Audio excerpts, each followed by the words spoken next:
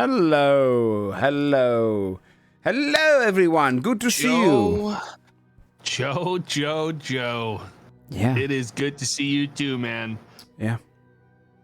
Yep. You know who doesn't know that you're saying hello right now? Sam?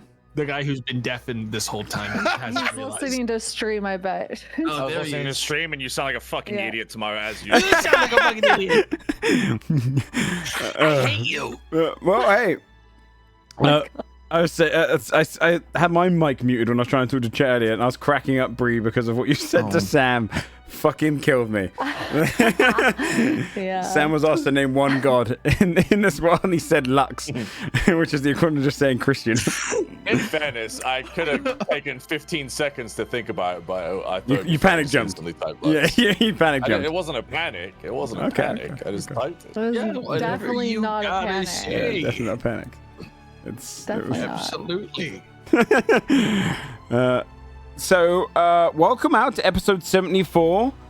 Last we left off, you guys were all battling away in a tavern, which you were rolling insane in, and managed to knock off a lot of people off the list. I've actually been going off and just crossing off names whenever they're dead. I didn't get a chance to this time, but there's about 5 or 6 names which should just be crossed off. So, you guys have made quite a clearance in the town. But we'll dive into the last portion of it as you got one more battle to come before Songrest is liberated for the most part. Before we do that, is there anything anyone wants to shout out? Any news? Anything? Man, what are you even doing asking? Okay, could just let me have the silence for a moment. What a waste of my goddamn time to even ask. Okay. Well, hey, Dodger will be here soon, so we can start the Dungeons and Dragons. That'd be fun, right? Tomorrow, you good with that tomorrow? I'd love that. Okay, great, cool, man. I love D&D. Just everything prior. I should. Yeah. Yep. You just don't. I never have anything to announce, man. Ever. I never will. There'll be a time. There'll be a time. Like, if I have something to announce, I save it for after, like the shout outs after. Because I don't want to like hype something up. Yeah, because what if?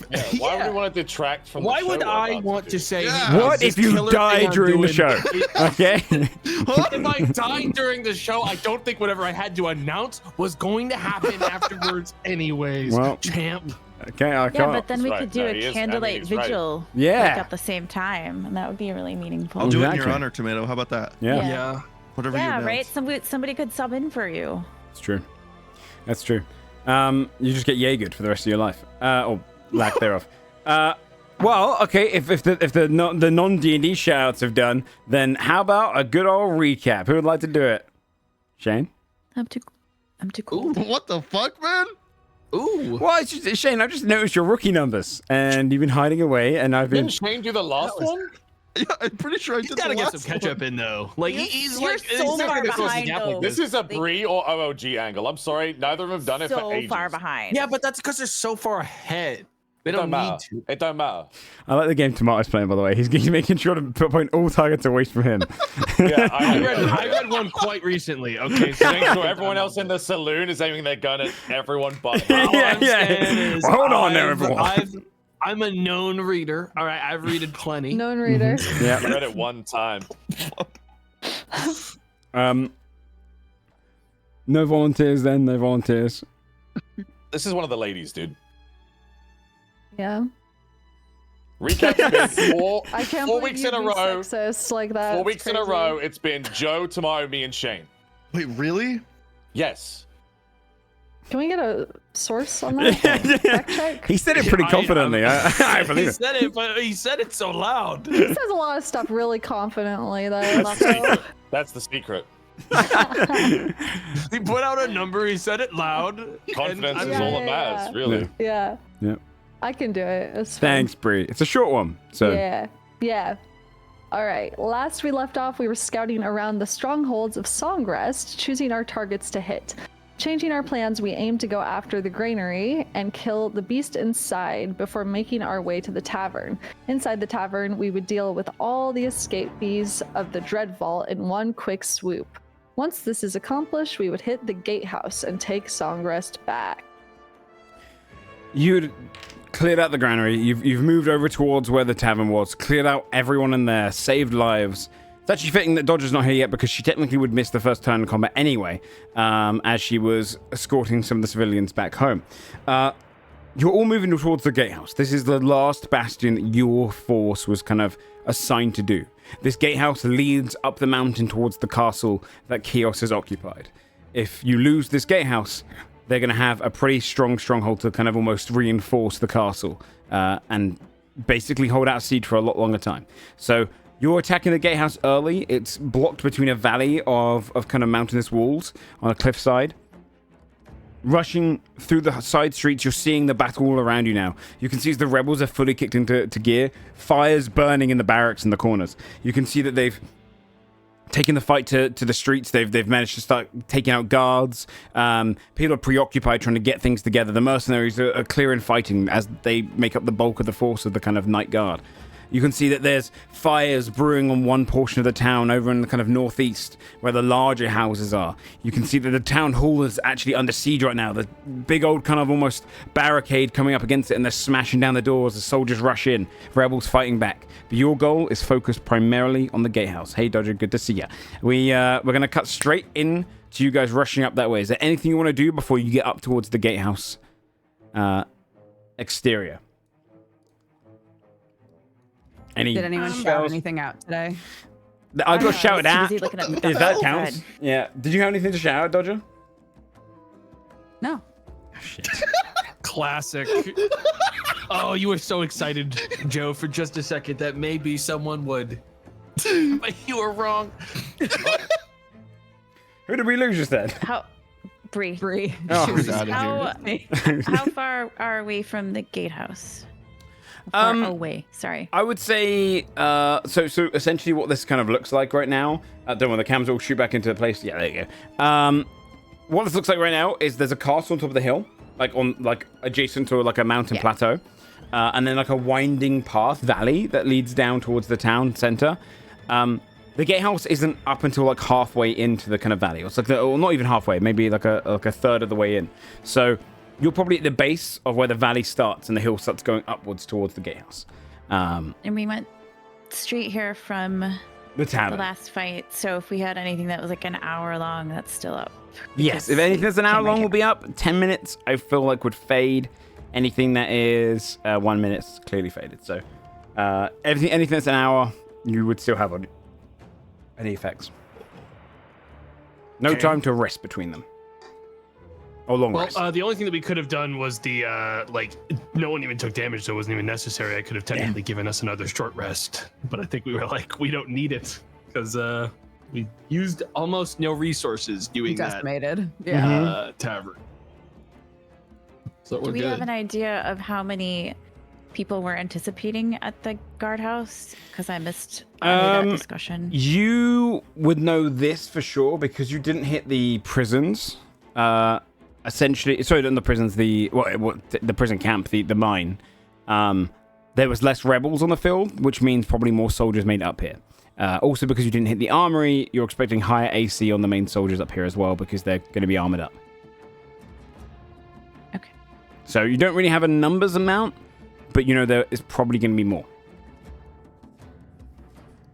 But How no giant monster. long, Joe? What's the time from us reaching from where we are to the I gatehouse? said within 10 minutes. Then the tavern was actually the closest destination. Okay.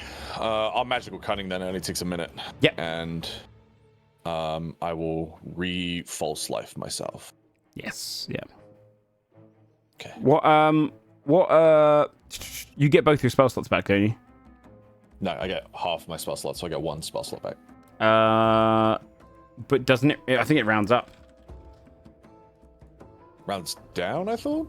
I can double Take check it. for you as Take well. the win. I can double check for you, but I think. Magical cunning.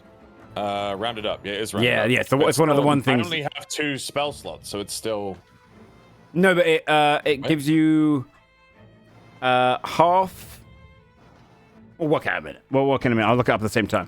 I'm pretty. I think it might give both back. I'm not entirely sure, but I'd have to It check. only restores pack magic spell slots, not paladin spell slots, and I only have 2 because I'm a warlock, so I only Okay. get 1 spell. Okay.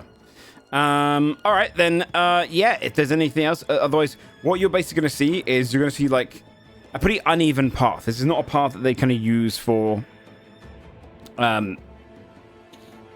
necessarily like a road. It's more kind of like a jagged set of rocks that kind of lead upwards. So this is kind of where the major bulk of like forces would come up. Usually anyone that heads up to the castle would stop their caravans at the bottom and then walk this road up to the top of the hill. You would kind of come onto the scene, and you are, I would say, about, I don't know, just under 100 feet away from the wall by the time you come onto the scene. Give me perception checks. Not me, correct? Not 'Cause you I'm not yet. there yet. You'll be there in like a turn or two. 23. I'm gonna make you do a roll, Dodger, for me. If you could do, give me an initiative roll, Dodger, and this is essentially gonna be seeing when you come on, if it's gonna be a turn or two, how quickly you manage to perform your task. I'll set the DC at 10. You come in. There you go. 10? Turn one. Beats? Yeah, turn one. You come in. So you'll be coming in the next turn after the first one instead of waiting another turn, as you just meet the DC. Okay. It's 20 seats. So the only Christina people... got a net 20. And that's 20. Well, you She's could so have happy for her. up at the top. You can probably almost because she can actually take to the air. She's flying above.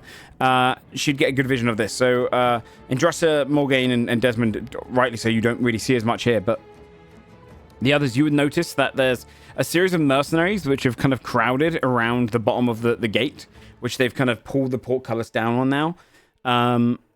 You can see soldiers are kind of gathering on the top. They're rushing along the top of the wall, grabbing their kind of crossbows. Some of them are getting their bows, and they're kind of refilling their quivers. And you can see this one knight who's kind of walking at the front. You notice that she is of a Ladrin descent, some Ladrin, the same as House Lepos. You can see that she's wearing kind of almost like a cloak over her with the symbol of House Lepos on it. You'd recognize a kind of Lepos knight. But it seems like she's in charge. She's kind of wandering back and forth on the wall, kind of giving orders, getting the guards ready. You've got the mercenaries just shouting up for the gate to be open, being like, bring us in! Let us in! There's a battle going on down there. We need to be behind the wall. But you can see she's kind of ignoring the mercenaries, mostly only focused on her own guards and soldiers from her house and the town greater. So there's a series of guards. I'll give you the exact amount outside right now. There's 10 guards outside. 2 of them seem to be facing all of the mercenaries, who are kind of almost like holding them off. And there's about 8 people on the wall right now, but it looks like there might be more kind of shadows in these side halls that lead into the mountain or into the cliff face. So it looks like more guards will join the fray during the battle. But I'll bring you guys onto the map. The first time you can kind of put yourself wherever you want to be, but tell me this. Are you going in stealthy or are you going to go in loud? Stealthy, I'll tell you this. This is how I'm going to manifest it. You'll be able to be on the first 2 blocks of this map when I put you in, which is 85 feet away from the battle. In fact, I'll move you over there now, so you get an idea. This will be you on the battlefield. You'll be able to be on these first 2 blocks, right? If you are normal. So putting yourself behind this line anywhere you want to be, except for on the cliff face. I mean, you can be if you have a flying speed. But if you manage to get a successful stealth check, which will be a DC of 15, you can be anywhere up to here at the start. Okay. I mean, I figure there's no harm I would trying like at to least. be stealthing. Mm-hmm. No harm trying. Just gives you a little bit of a benefit of how close you can get before the Just fight get begins. caught either way and be close. 31. Okay, 31. Yep, you're good. I'm gonna be up here. I'm guessing unless someone's shooting at me from the wall, this would count as some kind of cover from anyone down there. Yes, yeah, absolutely. Yeah, the wall would be able to shoot up at you, but everyone down there you'd have. Honestly, when you're on the edge, I'd say half cover. When you're here, you'd probably have 3/4 cover. Okay. How tall is the wall? How tall is the wall? I would say about 30 feet. Okay. Can I rage and roll stealth with strength to get a Yes, yeah. 15, it looks Absolutely. like? Yep. So you can put yourself anywhere behind this line. Okay. Are you going up in the top? Yeah. Okay. Oh, Oh! doesn't cut it with disadvantage, huh? What's that, sorry? A 12 probably doesn't cut it with disadvantage, huh? Oh, no, the DC would be too high. So you would be seen, you'd be one of the ones that's seen coming in, so you would have to start anywhere behind here. Why do you know? Nope. I mean, I was going to stay there anyway, but... Okay. Actually, I'm gonna move myself onto the ground. Okay. Yeah, yeah. And I'm going to absolutely. move myself to where V was. Okay, perfect. So I Okay. want to be closer to That one's a little Perfect. people better. that are going to get hurt. Alrighty. Is everyone on the battlefield? I got rolled twice as well, huh? Oh, because your armor. You have a disadvantage on your. Oh, so yeah, you'd have to Yeah, start behind that's here. Yeah, with a 14, just under the DC. Wait, Okay. what time think of night I'll- is it? I'll give Sam Sunday a night. +1 He's giving me a +1. Okay. to make it the 15. Then you're good. You're good. You can. 'Cause you getting closer is a little more important. Okay, I'll go over here. Also, I have my cloak of night is when I'm standing still at nighttime, I'm invisible as well, so that shit, probably yeah. helps. Okay. Nice. All right. Also, Sam, I think you do get both your spell slots back. Really? Yeah, because it says at the end of your end of the 1 minute, you regain expended packed magic spell slots, but no more than a number equal to half your maximum rounded up, because your 5th level spells, right? Yeah. So that'd be 5 halved. You round up to. It's spell slots. It's not. Oh crap! You're absolutely right. Sorry, that's my bad. I completely got Yeah. it mixed up. My bad, man. I was getting your hopes I up. just get 1 5th level spell back. That's Yes, it. you do. Yeah, yeah. It goes up soon, I think. All right. Yeah, you're absolutely right. Okay. I'm gonna go ahead and roll initiative, everyone, as you're going to be entering into this combat. These various spots, because you won't Epic. necessarily have surprise on because people have been seen, but you guys are that close at the beginning. Okay. Husband got spooked. I got caught. I didn't expect it. Poor baby. He's like, wait. Okay. Make all these I don't guys. roll How high yet. up is- Yeah. how high up you is want me to that, roll after? Wall? Yeah, you can roll after. We'll see when you come in. Or you can take the 10. It's up to you. How up the wall? The wall's 30 feet high. Okay, thanks. Sorry, I forgot. I'll take the It's 10. adjacent to the That's cliff fine. face, which is 30 feet on each side as well. All right. All right. Let me put some of these guys onto the board. Did you say you were going to take the 10? Sure. It's up to I you. can't put myself on the board until my token's there though. So That's I guess okay. it doesn't really matter yet. Yeah, that's okay. All right. Let me put these guys on there. And the sharpshooters. And then finally the knight herself. Okay. I think is everyone rolled initiative? Everyone good? Because if so, Oh wait, so I'm sorry, mine was not rolled. that's okay. Oh, there you go. Okay, and there's gonna be an event action, which is essentially like a layer action at 20, which basically just corresponds to the troops arriving. So that's gonna go after her. Okay, nice. With a nat 20, that would put you on the board, going first. Go ahead, take your turn, however you feel. Do we know where the reinforcements are going to be coming from? Is it these two ridges? What did you roll in your perception check? I rolled a 23. Then yeah, you would know they come from the like lit like portions of the mountain there. You could see shadows kind of moving across those, so it looks like they're going to be coming out of there. And are we expecting any reinforcements on our side, or is this our fight alone to do here? It looks like you guys are alone to do here. Yeah, whatever reinforcements this gatehouse got, they've got by now. It's just you versus them, and you're not expecting any reinforcements from your rebels. Okay. Well, I am going to fire at the clear leader of the group here Okay. from sneaking. Okay. That is going to be a 23 to hit. 23 most certainly hits. Perfect. Now, give me just 1 second. Seeing if I have a... Damn. I don't think they're close enough to the edge for me to trip them off the edge, but that'd be funny.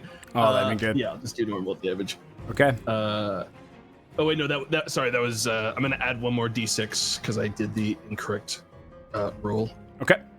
Roll d6. So that's going to be 9, 13, 21 damage. 21 damage, very nice. As an arrow strikes them, you can see it goes in between kind of like the breastplate of their armor. They gasp, they kind of snap the end of it, look across the round. They've arrived! Guards, ready! They kind of start scanning the ridge. Anything else you want to do?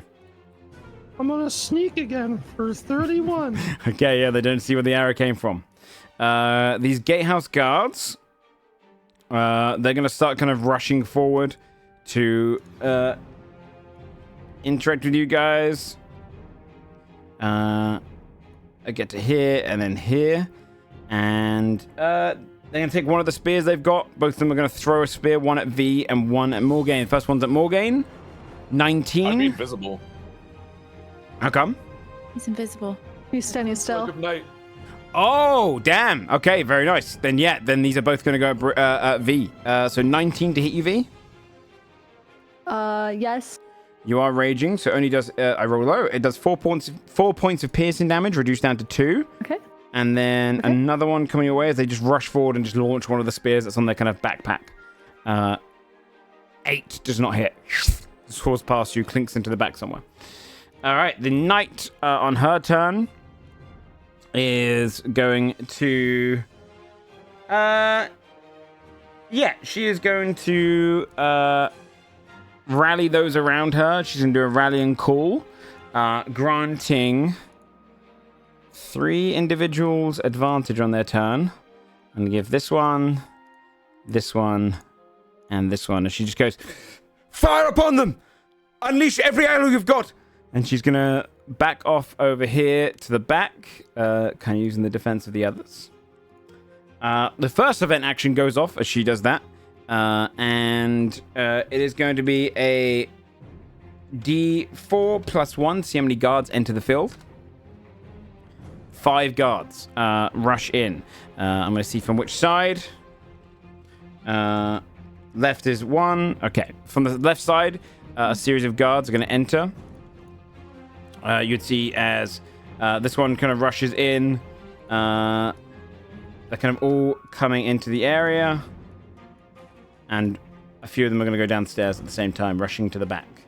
Then the mercenaries turn, and they're going to go forward. Rushing this way. These 2 are going to come straight towards UV. A lot of them are just going to be kind of dashing in. These ones will dash. This one will come over here and dash towards you. Only, I think, 2 made it to UV, so these 2 are going to make attacks. So they kind of rush forward, getting involved. These guys are minions, so they don't do much damage. Unnatural 20 to hit, and then a natural 20 to hit. So Okay. 5 points of slashing damage, reduced down to 2. And then 2 points of slashing damage on the crit. You rolled a 1 and a 1, reduced down to 1. So you just get... You like... Perfect. They both just kind of cut into you, but they manage to not do too much damage. Then it's the guards' turn. These guards are going to rush forward and start kind of preparing to go underneath the gate. These 5 are all going to dash. I'm going to say they are all probably about 5 feet under the gate into the portcullis area. So I'm just going to put them here for now, just so I know where they are. And then the ones on top of the wall, there are 5 in total, are all going to bear their crossbows and fire down. I'm going to say you're kind of the front target at the moment. 2 are going to go towards you, but then 1 at disadvantage against Indrasa and 1 at disadvantage, and 2 at Desmond disadvantage too. So first one is normal at V. Would V be in half cover? Not against these guys. They're up on a wall. They're shooting downwards. Nat 1. Isn't this elevated? Not by enough, like a 5 no. feet. They're 30 feet up, so they're Okay. shooting down. The next one is an unnatural 20, so that's 11 points of piercing damage, reduced down to 5. And then the others are going to do disadvantage strikes. The first one against Indrasa, 12, does not hit. And then 7 and 9 against you, Desmond. Both bolts miss you. Indrasa. Oops, wrong one. Okay. Can I see into the tunnel? Yeah, it's a portcullis, so you can see into there. They're Yeah. at the back of the portcullis right now. The green dudes feel minion-y, right? And Yes, the yeah. other They're, guys you know that's less minions. minion-y? Minions, just to remind you, when you attack one, if you do their total health, the extra damage goes over to the next one. Oh, nice. And on top of that, if you're using a melee weapon. If you're using a ranged weapon, if it does their total health, it keeps going in a line and it can hit the next person. So you can get angular with it. Sorry, can you say that again? I heard your words and they did not So sink in. it probably won't matter for you because minions are mostly for melee and ranged combat. If you use a firebolt, for example, and you're in a line with two of them, it would go through the first one and hit the next one. If it is their total health. Sure. Okay. Yeah, I'm not okay. I'm gonna fireball the guys inside the portcullis. The portcullis, rather. Okay. Yeah. So you're gonna shoot straight into the portcullis area? Yep. Okay. Yes, I am. Go ahead and roll it. They'll roll the dexterity saving throws for all these guys. 29 on a failure.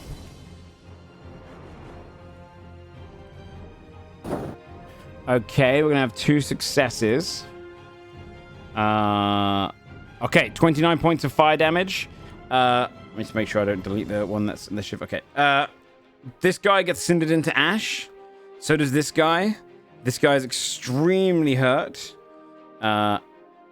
This guy gets cindered into ash, and then this guy's extremely hurt as well. As you just see 3 of the guards burn away, screaming. The others are burnt, and they kind of push themselves against the wall. Very hurt. So those guards are looking pretty worse for wear. Okay. Oh, could you also... sorry. let me just check something here a sec. Okay, yeah, the 29 damage is also going to do damage to the portcullis. It's resistant because it is metal, but it is damaged by fireball regardless. I'll put like a little kind of just token to give you guys an idea that I'll do a little line. This is going to be representing the health of the portcullis and how much damage you guys have done to it. Okay, and then my last question is how high up are these? Oops. Oh, what, sorry? How high up is this? I would say it's only about 5 feet above the other one. Maybe like 6 feet above because it's about the size of the walkway. The walkway stops at the kind of cliff top. Okay, so if I am... Okay, then I will bonus action Blessing of Shadowfell to the tip of that. Okay. Yeah. Okay, there. And then that's my turn. Sestina will follow. Sounds good, V. All right, I'm gonna attack this one first. Okay. I'll just recklessly attack it. Sure, go for it. 27. 27 hits. That is 15 damage. It's enough to kill that guy, which then cleaves into this guy and nearly kills him. Awesome. He's extremely hurt. Okay. Sorry, which guy's extremely Oh, sorry, hurt? that This one there, yeah. You just cut perfect. straight through that one and dig straight into the other one. The other one's now like kind of has a huge gushing hole on the side of him. I'll recklessly attack that one for 28, and that's 19 damage. 19 damage, enough to kill off both these guys. You just you swing again, almost like a lumberjack, just slice into these two. They're both dead. The I fact do that these believe guys I get a third attack because I charge money. killed. These are mercenaries Well, that charge money. The way to view it is you guys are just that much more elite now than the standard kind of baseline soldier. You guys are the monsters to them, you know. Okay, so since I dropped the first one to 0, I get another Do one attack. more So time. Yeah. I'll attack this one. 28 Go for it. and 17 damage. 17 damage. You just come over, chop that guy right in the head. Head splits open, blood pours down his head, falls to the ground dead. Perfect. Very nice. We'll end my turn. Okay. All right. Attack will come on next turn. The sharpshooters are going to take their turn. They are going to aim for This one over here, they both got advantage this turn. This one is going to aim for Indrasa, and the other one's going to aim for V. So longbow, shoot on Indrasa is a nat 1 as they kind of fire where you were, and it hits into the smoke. Wait, that's with advantage? That one? Yeah, I rolled a double nat 1. I rolled a 7 and a 7. Damn! That's crazy. The other one is going to roll at Paying him V. too much. 25 and a 23, so much better. So 25 hits for 6 points of piercing, reduced down to 3. Okay. As you're getting kind of porcupined a little bit, but you're still just standing like tall. Wait, let me just double check. Did these guys get a second shot? No, they did not. Desmond. I think Desmond's finally starting to get confident in his ability to protect his friends from attacks. And knowing this, he's gonna move up. He's gonna take the attack from this guy. Oh, you made a mistake. Huh? Here it comes. It's a 23. Watch out. No. Clunk. Okay, 20, 30. He's gonna warp himself on top of the Okay. barricade next to all the archers. Yeah. Yep.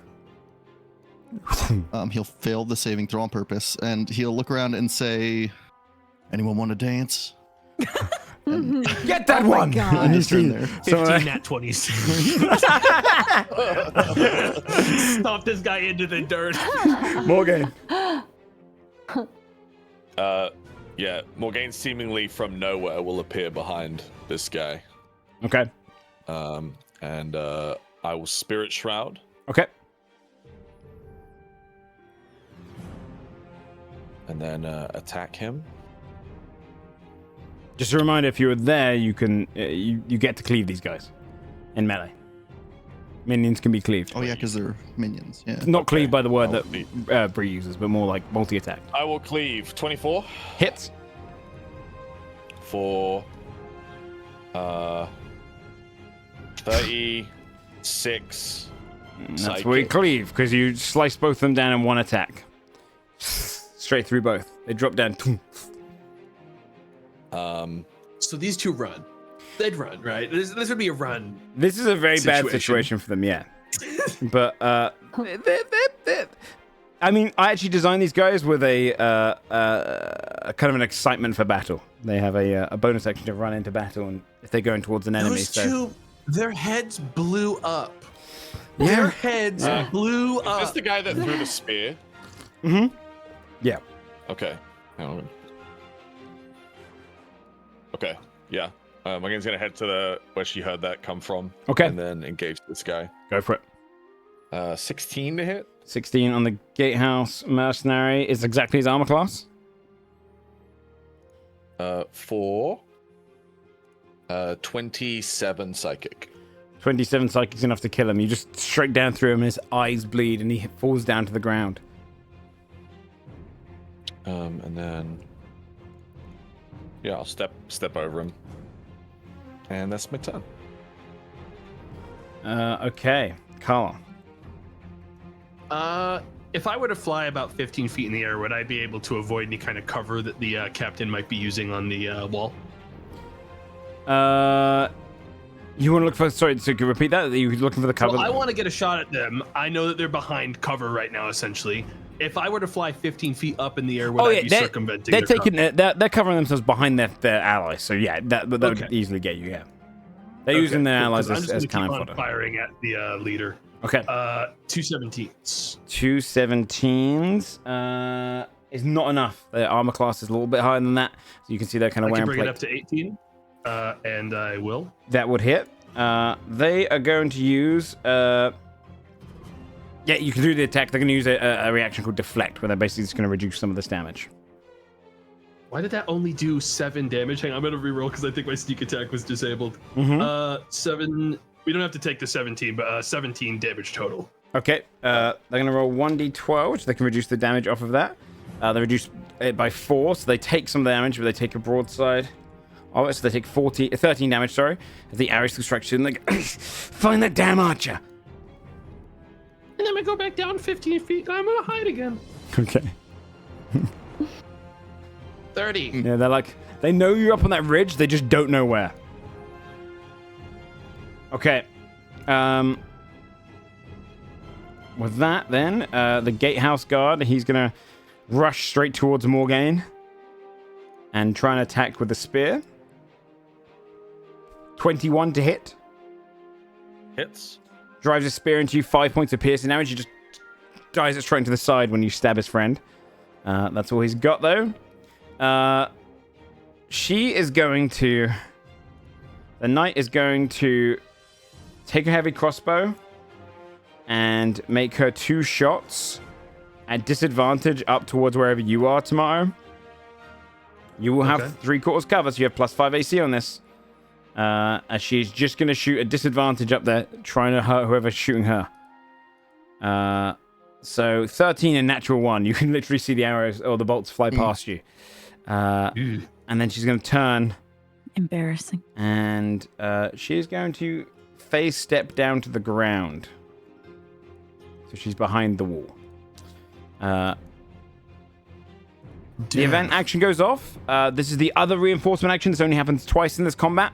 Once for each of the things you didn't do, the armory being the D4. But because one of them is the mine, it's a D8 +1 to see how many extra guards come. This is the only other reinforcement they get.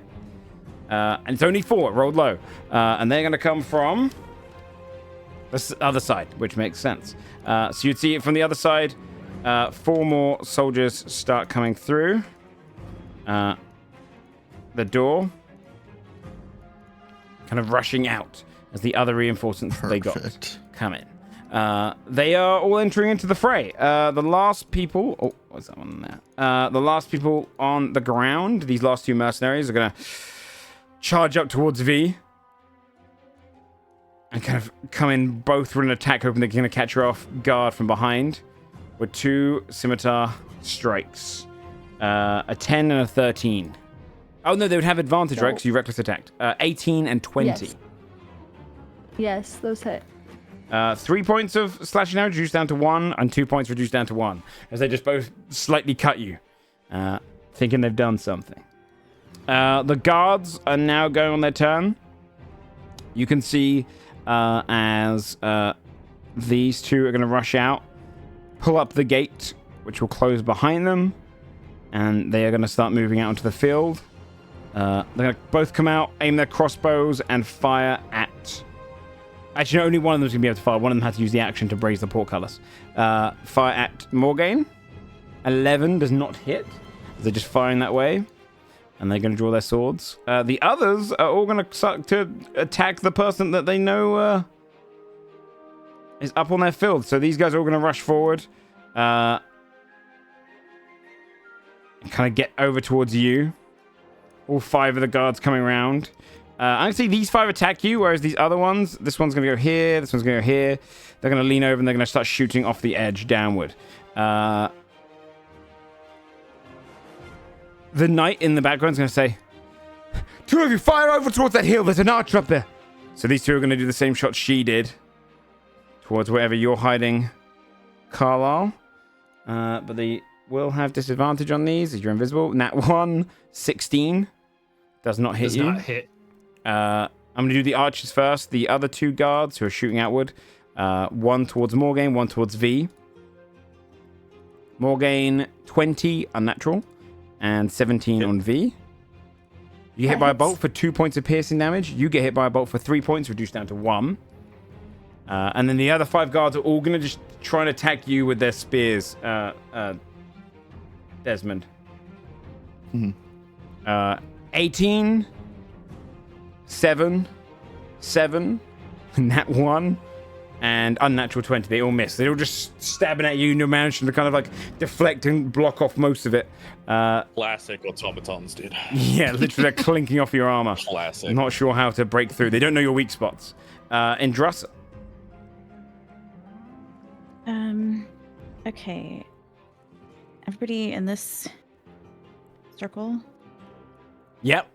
Con save. I'm gonna gravity. All right, he should be majority in there as well. Yeah. So all right, con at saves. this point, everyone gets. Yeah. There's a. This one Bree succeeded. A little bit. Okay. All the others failed on the guards. Let me do the sharpshooter. Failed as well. The only one that succeeded is this guy. Okay, so How much damage is that? That is 29 points. Oh, force damage. holy. They are all. They sort of shimmer for a second, and then suddenly, not really dragged to that point, but they just all are at that point. So they all plunk into each other. Yeah. All of these ones then are gonna land in here together, and they're all dead. They will just get crumbled and crushed together. Their bodies like fused and like pulled together. That's all 5 of these guys dead. The other guy who managed to like, grab hold of the wall and like shift a bit, you can see like he hears a breaking bone, but he holds away from it. He's hurt. But the others are all just crumpled together and dead. Very nice. I will stay there, as well as Sistina. Okay. V. All right. I turn around, take care of these guys. I'll do this one first. Okay. Recklessly attack. 28 Hits. for 17 damage. 17 is enough to cleave both these guys down. You just turn, slice them in one cut. They both drop. All right. And then I will move up to here and use that bonus attack on that guy. Okay. 27. That hits. These guys are also burnt and hurt. Yeah. Okay, for 19 damage. You cut that one down. Excuse me. Okay, and then That guy I have stumbles the for his third sword. attack for reducing to 0. I don't hesitate. I recklessly attack. 24, Hits. 19 damage. Cut him down too. Just like slice those ones, rush forward, cut those both down, and you can just see through the portcullis, blood covered on you. Very, very nice. Okay. Tack, you get into the field. Hey! It's me! I did Yay! it! Okay. I'm done. Let me... Oh, I'm here! And then I'll just roll initiative and then you can change the number, right? You don't need to. You're on the initiative order. Oh, I don't see it. Oh, you don't see it? No, I don't see myself on there. Secret DM initiative. No, that's huh? okay. Yeah. I see. You're good. You're good. Secret. Okay. Yeah, I'll tell you when your turn comes up. As long as you know it's happening. Okay. Yeah, you're good. Yeah, Tack runs in. Doesn't... they seem a bit frantic, wanting to get there as quick as possible and not feel like they don't really have time to assess whether or not everybody's okay. We'll run in. I'm gonna dash to get up here. Sort of wheeling around. Can we see in here? You can see if you're looking down this bit. Yeah, you can straight pass into this. You'd probably have to be in these 3 squares because it's kind of a straight hallway. Okay, I'll go here instead then. Is that okay? Yeah, you can see her through there. Okay. Oh, yeah. Do I know her? It's Janet. Oh my gosh. You guys are best friends. Roll. My only friend in the castle? No! Roll a... Give me just a straight wisdom check. Okay. Oops, that was a 14. I would say that you don't recognize her by name, but you'd know that the uncle, he would have knights that come occasionally. A few knights would come over across, or like an entourage would come across from Song Rest every now and then to Crown Heart during that time. This was clearly one of the knights that was stationed here after you kind of lost your home, almost as kind of one of those overseers. Not necessarily like a leader, but they were there as kind of the entourage of the uncle. Keep everyone in line. Yeah. Okay.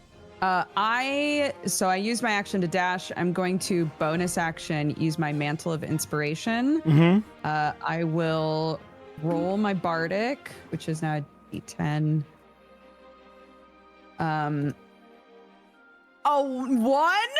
Oof. Man, that sucks ass.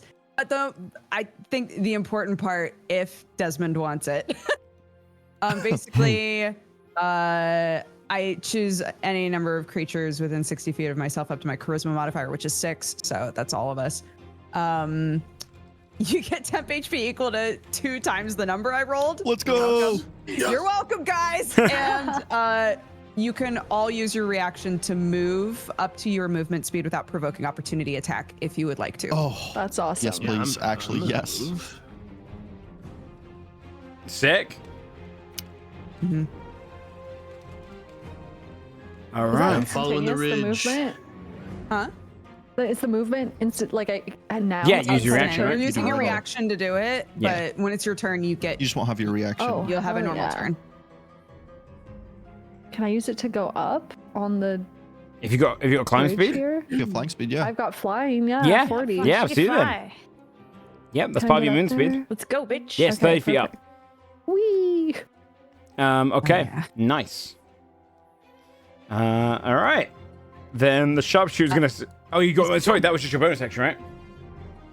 No, because I dashed. Oh, you dashed. Yeah, there you go. So you rush forward, do that. Good turn. V, you fly up. The sharpshooter is just going to take. They can stand still to do an advantage shot. They're going to do that. They're just focused on trying to take down. It's a nat 20. Only 11 points of piercing reduced down to 5. As they just see you come up, they hold their shot and then fire it into you. You feel like a strike, but you manage to shrug it off. That's all they're able to do. Desmond.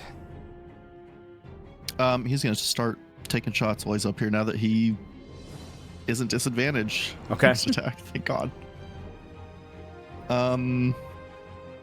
He'll start with this one. Okay.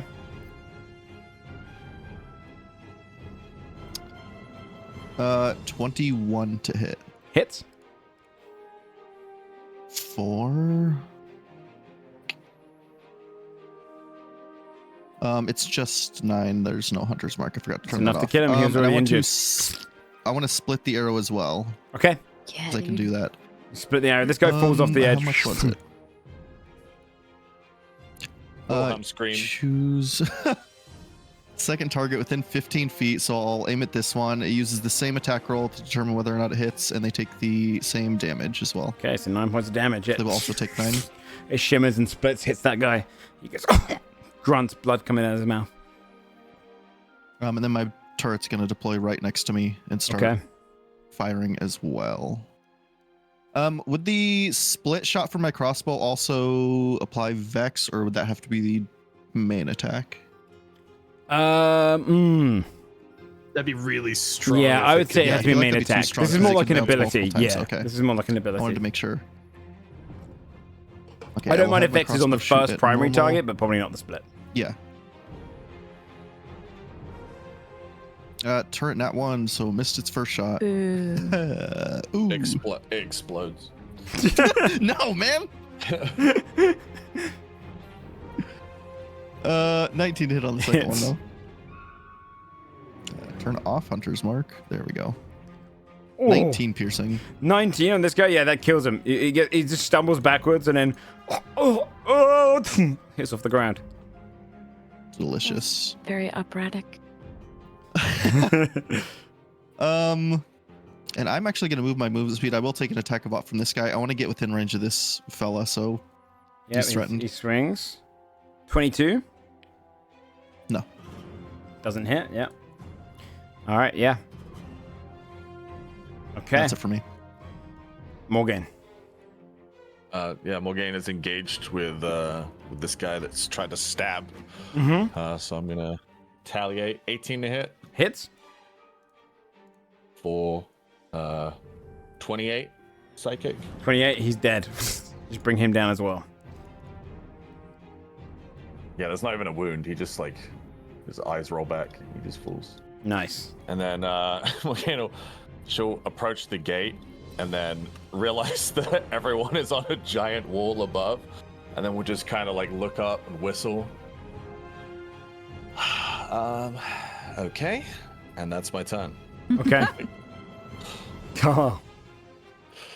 I'm going to move 30 feet along the top of this. I'm guessing this ridge goes up higher than it looks technically, but I don't want to go like off map, so I'll stay right here. I want to. I'll say it's really difficult up there as well, and it doesn't go much higher as well, just to kind of give it a little bit of a reason why you might not. Okay. I'm more of looking for. I want to have cover because I'm she's soon not going to be sneaking. She's looking all the way down here. You're kind of covered right above the lip where it beds into the mountain. God, Okay, flying as long rogue as I is have cover. wild. Because I am shooting at her again. Okay. And 21 to hit 21 hits. for 27 damage. 27 points of 27 points of damage. She is more than bloodied. She's very hurt. Cool. I actually can, thanks to Tack getting me extra movement, I actually can still sneak. So I'm just gonna go back into hiding. 25. Okay. Yep. Sounds good. You managed to hide away and get away from her. She's gonna look around and go, look down, bleeding, realizing, and then she sees a knight, and she face steps past the barricade, holds her longsword a little shakily, looks towards you, Morgan, and says, "I'll kill a Dread Warden before leaving this world." And she's going to take her 2 attacks against you. A 9 and a 25. The 9 hits. you can deflect the 9 that she managed to swing, cut you 12 points of slashing. Cool. And that is her turn. The remaining guards, only a few of them left. This one's going to rush up to try and stab you, Desmond, as they're realizing things are getting bad. Only a 10. These two are going to turn on you, V. Both come in trying to stab you with spears. 15 and a natural 1 again, as they're just trying to stab her forwards. I'm manifesting all these nat ones as a kind of, they're realizing they don't have the manpower to hold off against you guys, and they're just getting slaughtered by 6 people. So these guards miss, and Drassa. Let's check this. Okay, well, everybody's close now, so we can't do big war crimes. Yeah, that's true. But I will. Actually, wait, hold on. Do I want to do this instead?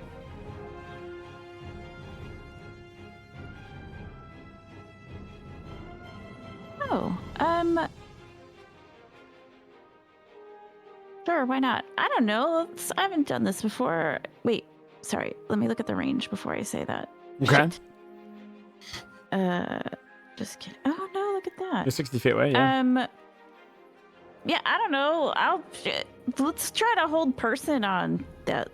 Oh, Captain. okay. We haven't seen that before. Nice. All right. Yeah, right? Is Why that not? a So wisdom. wisdom? Yeah. I rolled a nat 20. Of all in her one moment of like saving grace, I was getting hit by the arrows. She is so determined in this moment that she holds back against whatever magic is trying to withhold over her. I think because that's the first time Andrasa has cast that spell, she doesn't think that that person held off against it, and she just sort of like looks down kind of at her hand like she did the wrong movement, like she fucked up the spell. Yeah. She doesn't even occur to her that like someone would like The double say check, that. yeah. Mm-hmm. Yeah, so she just kind of is like, I got something wrong. I'm gonna I'll just stay there. Okay. V. Okay, I attack this one first in front Go of for it. me. 22 Hits. for a fuck ton of damage. 24, Yep, it's enough to kill him. 25. Cleave into him. Nice. And then second guy next to him. 19 to hit. Hits. Their AC is 18. All right. That's It's another fuckload of damage. 24 damage as you just cut into that guy too. 2 swings and they're both dead. all right. And then I have another attack because of the 0 You HP. do indeed. Desmond, how you doing over here? Mind I if mean, I'm fine, but quicker I we think can take we're these guys down, still the better. genuinely fine in general, so I'll just come over and hit this guy. Go for it. Wait, you just punched him. 23. Yeah. That hits. 19 damage. 19's just under what you needed to kill him. He's like, he like saw what you did and manages to pull back just in time to not take the killing blow. Huge gash goes up his face. Blood's kind of covered him. He's like using his spear almost like a walking stick to hold up. He's like, this ain't right. This ain't right. Like completely confused about how 6 people have done this. Oh boy. Tack. Tack is going to take on the form of Lord Elandris, Lord Lepos. Ooh. And will kind of creepily almost emerge that way from over Morgaine's shoulder to make eye contact. Oh man. Okay. And I would like to use the command kneel. He'll sneer Ooh. and tell her to kneel. Oh, hey, Very Bob. nice. Okay. Hopefully throw her off. They fail. They look up and go, Hey. my lord. And they kind of prepare themselves to kneel in their turn. Okay. And then still as Elandris, I'll use my bonus action, sort of nod my head up toward these two up here. I'll shoot a bardic inspiration to Desmond and say, clean up there, won't you? Nice. Who's that? Who the fuck is this guy giving us orders? What a dick. On the sharpshooter's turn, they're just going to take because they don't move, they're going to take a standard shot because there's advantage to equate the disadvantage to a 16 against you. They just point blank shoot at you. It clinks off of your armor, Desmond, leading to your turn. V hit the one up top, right? Yeah. This guy? Yeah, he's very hurt. Yeah. Okay, I'm going to first start by using my short sword on him to try to finish him off if possible. 27 to hit him. Yeah. Is 8 damage enough? 8 points of damage is enough. He drops down dead. Okay. And 10, 20, 30. I'll have my turret walk a little closer to fire at the other sharpshooter right here. Okay. 23 to hit him. That hits. First one will be 15. Oh, they're very hurt. Second shot will be 28 to hit for 17 damage. 17 as they drop down dead as well. What you're realizing now is you guys have surpassed like guards and soldiers. You guys can take on small armies with how strong and well coordinated you are. You see as all of them dead, only one person remains. It's the knight who stands there kind of holding their blade shakily. I might turn by moving over to peer down at them to see how it's going. Okay. Morgan, you're stood in front of one of the knights of the Lepos family. Yeah, Morgane will say, she'll like recoil from the hit. Thank you for saving me from the climb. And I'm gonna attack. You 17. get advantage because she's kneeling. She's prone. She's not She kneeling won't. yet, right? She won't be kneeling on Oh, into her turn. 17. Yeah, You're from right. command. I always forget that. Sorry. 17's not enough. She actually manages to deflect it off of her sword. She's like holding on still. Okay. 22. Does hit. They're dead. He's going to reduce this by 12. Jesus Christ. For Can 30 psychic damage. she reduce it by much? No. She like tries to deflect it, and your blade just goes through hers. Do you want to describe how you kill her? Hey. Morgane will just turn after she says she's going to kill a Dread Warden, and she kind of recoils from the slash, and then she just slashes upwards, and there's no visible wound, but her eyes just roll back, and then she collapses. You see, it's a brackets. Well fought, sir. Eyes kind of roll back, falls to her knees, like almost like the command is taken over for a second, and like dies in that kind of sitting position, ending. We're going to the like bow combat. our head in respect. Tack immediately shakes off Elandris's form like it's nasty. Mm. Barfs a little in their mouth. You would all see as you've kind of beaten this portion of it. You kind of see that the gatehouse is yours. There's no soldiers left around here. There's this element of just kind of the town in the distance now. You guys are a little bit elevated, so you can kind of see it. You can hear the shouting and screaming from the town that continues. But from the town hall main area, you get these kind of like fireworks going to the sky, as if to say victory. There's kind of almost red one, then a green one, and then another green one. And then you can hear the distant sound of cheering, as it seems like Songrest has been taken, liberated.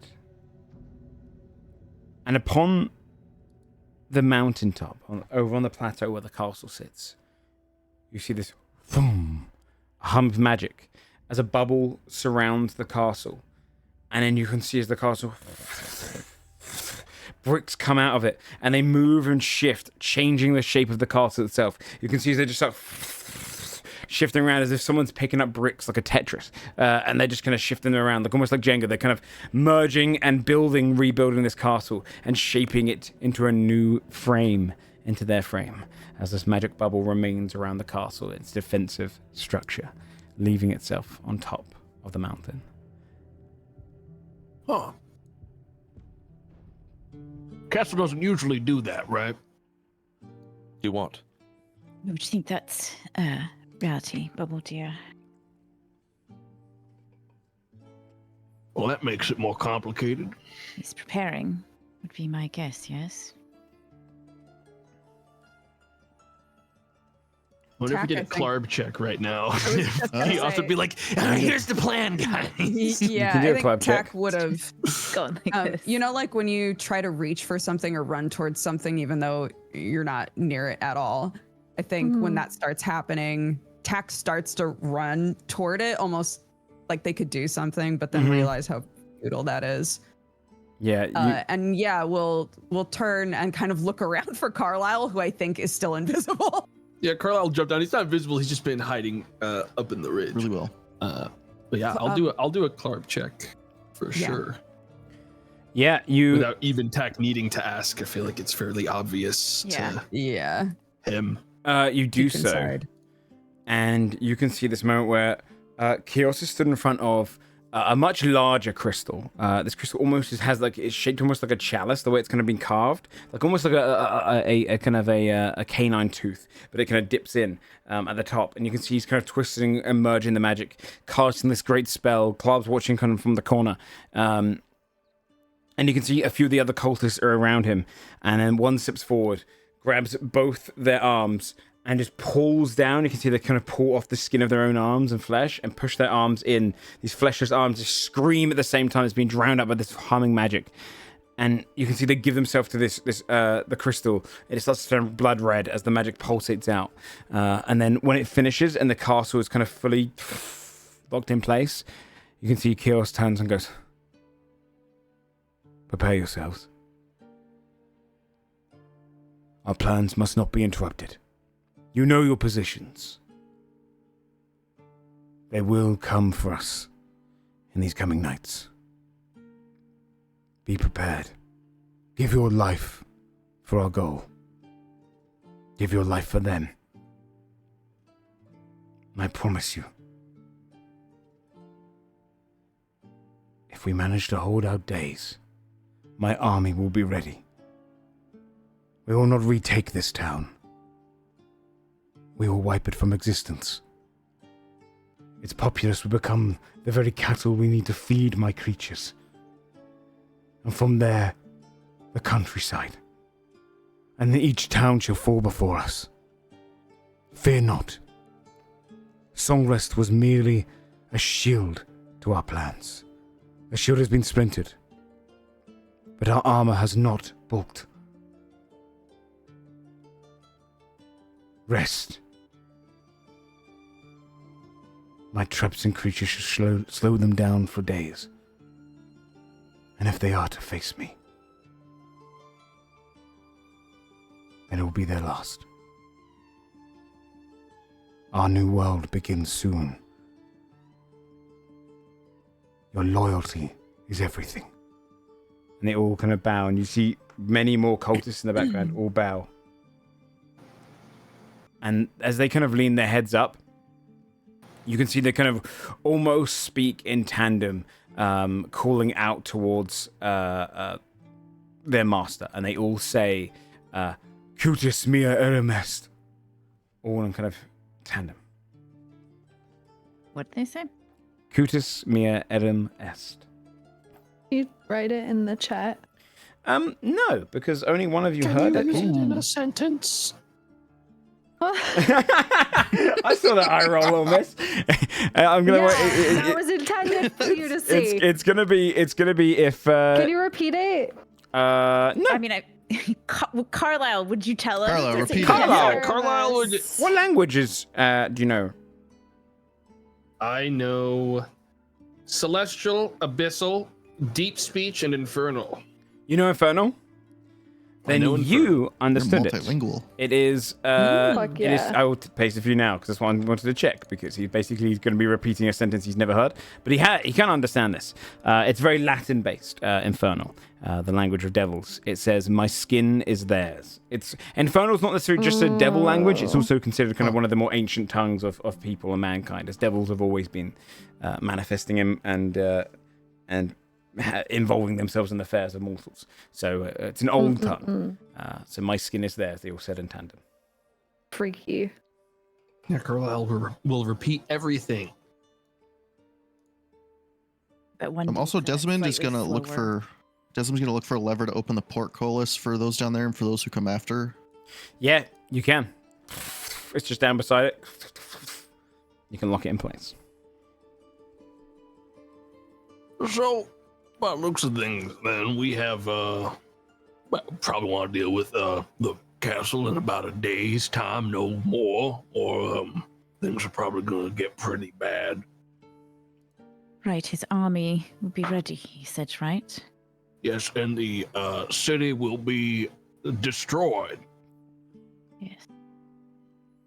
Also, he said we'll feed my creatures, so I'm assuming there are more of them in there, right? Like the one we saw in the granary. Yeah, monsters, apparently traps, insane cultists. Joe, how big is this bubble compared to the one that we saw at Crown Heart Hall? Does it look like a bigger magic? A No, it's smaller, not. It's not same quite as size? big because Crown Hall occupied the entire town around it as well. This one seems to Right. only occupy the castle, but the castle of Songrest is probably bigger than the one in Crown Hall. Crown Hall is definitely more of a kind of like a feasting hall. This one seems to be more like a defendable castle. Or it was once a kind of fort. It now looks more kind of ziggurat in its kind of nature. It's a bit more More of kind a keep. yeah. Okay. It'd be quite a feat Can to we break come- into, though. I think Tak would look to Andrasa. How are we going to get into that? Gestures to the bubble. Yes. Also, if you described everything that you saw, Carlisle, Tag, you'd recognize the crystal that was described, the one that's two-shaped, much larger than the others, as a crystal within the town hall. Sorry, within the town center, right in the kind of center portion of Songrest, the largest ever mined crystal. Was once there as kind of a almost like a centerpiece of the entirety of Songrest, and it was called the Choir's Crescendo. The largest crystal they've ever mined from the caves. And when you're near it, it sounds like a series of voices were singing together when near it. It's kind of this almost beautiful sound that people would go and rest by, and they kind of saw it as their kind of like, not necessarily holy symbol, but it's this kind of, the beauty of Songrest could be manifested in this one crystal. So it sounds like he used that to create the bubble. Is that related to those singing crystals we heard about in Marigold? Probably. You would know the singing crystals come from I think Songrest. when I had done the check, they were Oh, all okay, the same. perfect. Yeah. Okay, perfect. Tak would tell everyone that then. Okay, so Okay. now my memory is cloudy on this, but Andrasa's would not be. If the bubble exists, Mhm. how do we pass through? You can pass into a reality We bubble. can pass into it, right? We but just can't. Passing out, Yeah. It depends on the bubble. Requires the.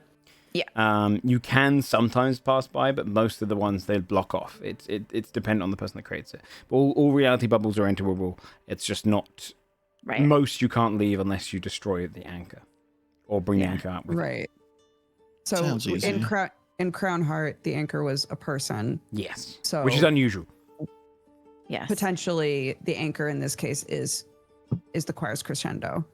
It feels like if that's what he was focused on as he was casting, right? That feels like that would be the focus, and so that's what we would want to, take with us out of it or do whatever, right? Mm. So she would kind of relay all of that. Right. But it does mean if you begin this, if you go inside, it's like he won't be able to leave until you deal with until whatever it's is done. inside. Yeah. If he said he's got traps and things to slow us down, I think we need to at least take a rest, right? See if we can get any resources in town, maybe? Yeah, make our definitely way. makes sense to me. Procure supplies, rest, and then press on. Press on as fast as we can after that rest. Tactia, is there a way to... Is there just one way in? Or are there, I don't know, alleys or something that might be better than a main avenue towards the castle? Yeah. You would know. You would have sneaked out to come down to like almost like the sewage entrance where the wells are and stuff. You can get up towards the castle from there. The actual entrance into the castle, if you knew, I mean, which you probably would have known of some, they would have all changed now because the castle's been completely reconstructed. But to get up there, other than the valley, you can go through the well and the kind of almost sewage tunnels that locate beneath the castle's area. But that still would get you outside the reality bubble. Yeah, I think if asked that, Tack would turn around and look at the bubble and how the whole castle's been reconstructed. I don't even... Yeah, fair I don't point. even know if the front door is still there. Right, any road you take up there, who knows what's there at the end. All right. It's still night, right? Because it didn't take us very long to do that. So, right, do we just find somewhere to take a rest then? Yeah, I mean, I don't think there's going to be any places to get any supplies right now. So Night. probably rest, supplies, and then go in the morning. Yes. Is there an inn or something nearby? Well, I know a tavern that's got a bunch of bodies in it, but I don't Sure, we think could it's just go occupied back. anymore. Yeah, let's go to the just scene go of the back. crime. There's an OTAB's still in a box that we should probably Oh, take care of over there too. You know, that probably is the best place to go. it probably is. It still has the spell cast on it as well. True. You 24 can hours. see inside.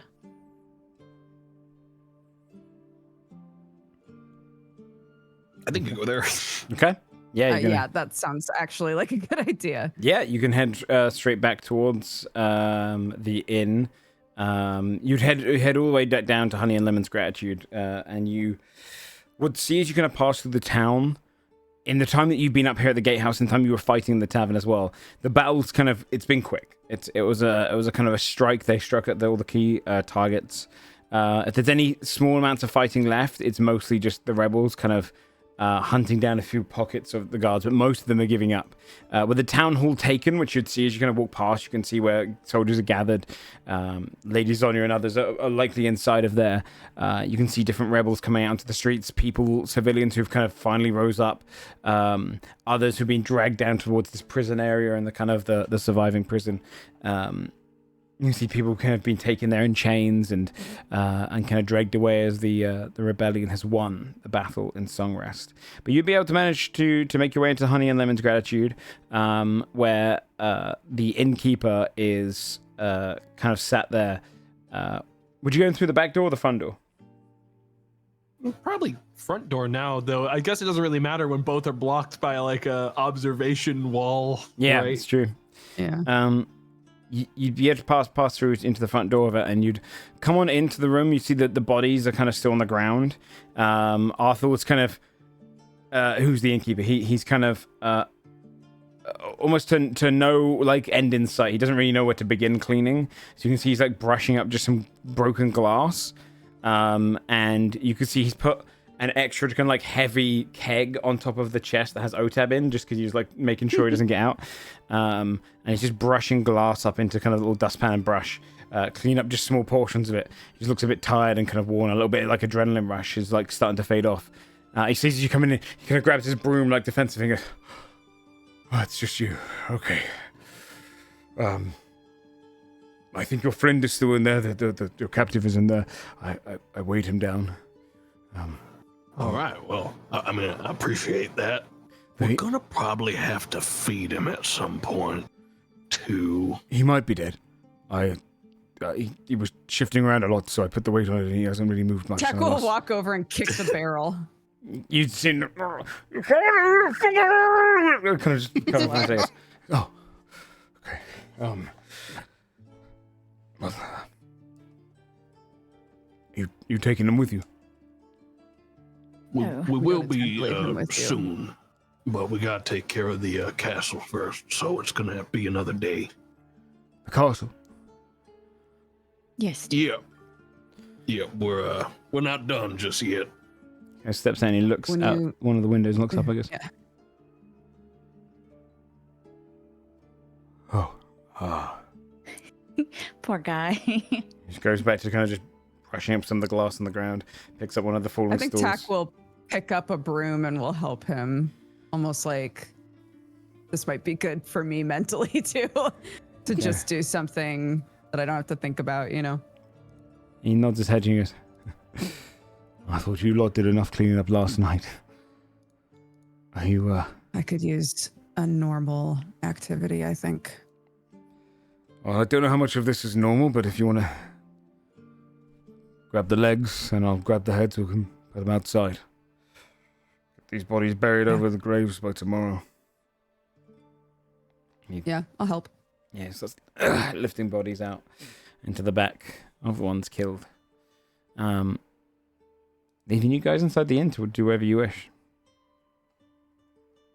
While we're like sitting around, because technically we haven't asked if we're allowed to use the inn yet, it'd be kind of fucked up to be like, oh, we're just gonna go upstairs and get some sleep.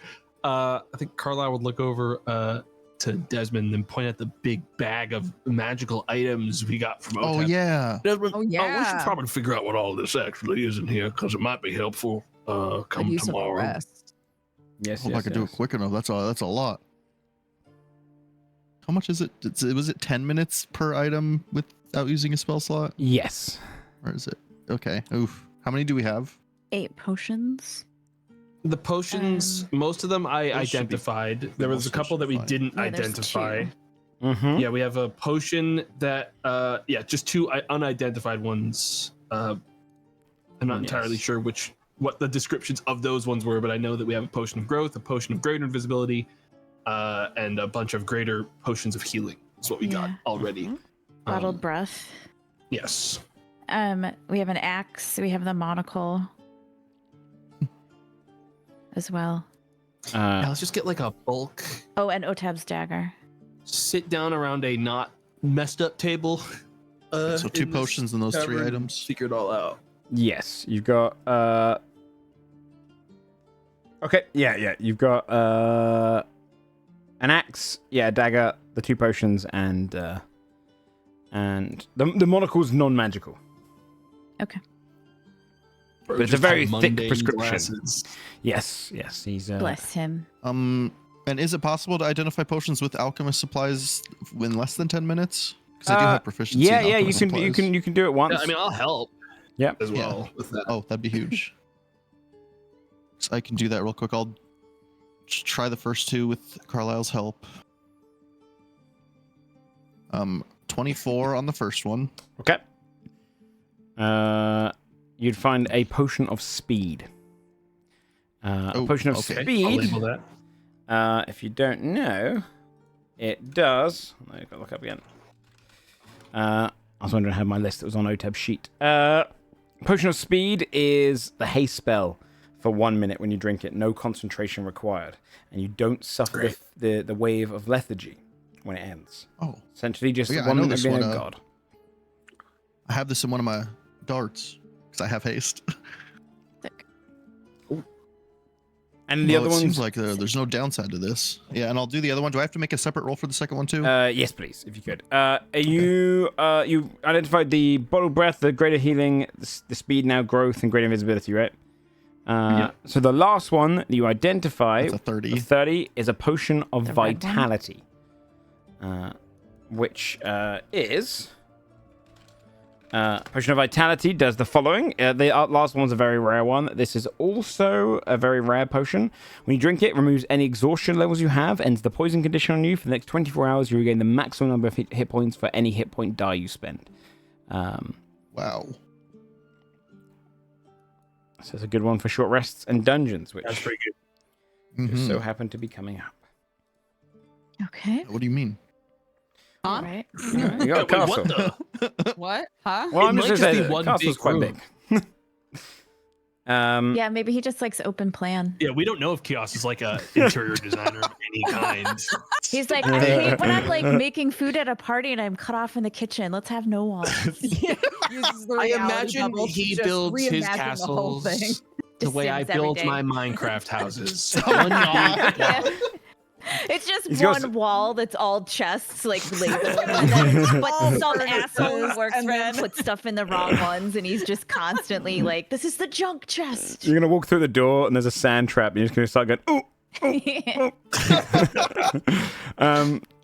Yeah, you're gonna identify the other two items. Yeah, I'll take 30 minutes to actually identify the last 3 items. Okay, the monocle wasn't magical, but the dagger and the axe are. Which one would you like to do first? Axe. All right, the axe is a rare axe. It is a battle axe. It's axe. on the That's a back. hell of a description. Good lord. Yes. All right. It's the pain of being the identifier. And this is why I don't read recaps. I gotta read all these dang items. Hey, this axe looks as if it's a staff made of driftwood when wielded in one hand. But when a second hand or claw is placed upon it, it erupts with a watery axe blade. It gains a +1 bonus to attack rolls and damage rolls made with this magic weapon. First ability is Splintered Ice. Each time you successfully hit with the weapon, water splinters like ice towards another enemy within 30 feet of the one you hit. That's fun. Roll the axe to attack, but it deals 1d6 cold damage instead. If there are no other targets within 30 feet, add 1d4 extra cold damage to your attacks. Ooh. On a critical hit, fire 4 of these splinters instead. Holy.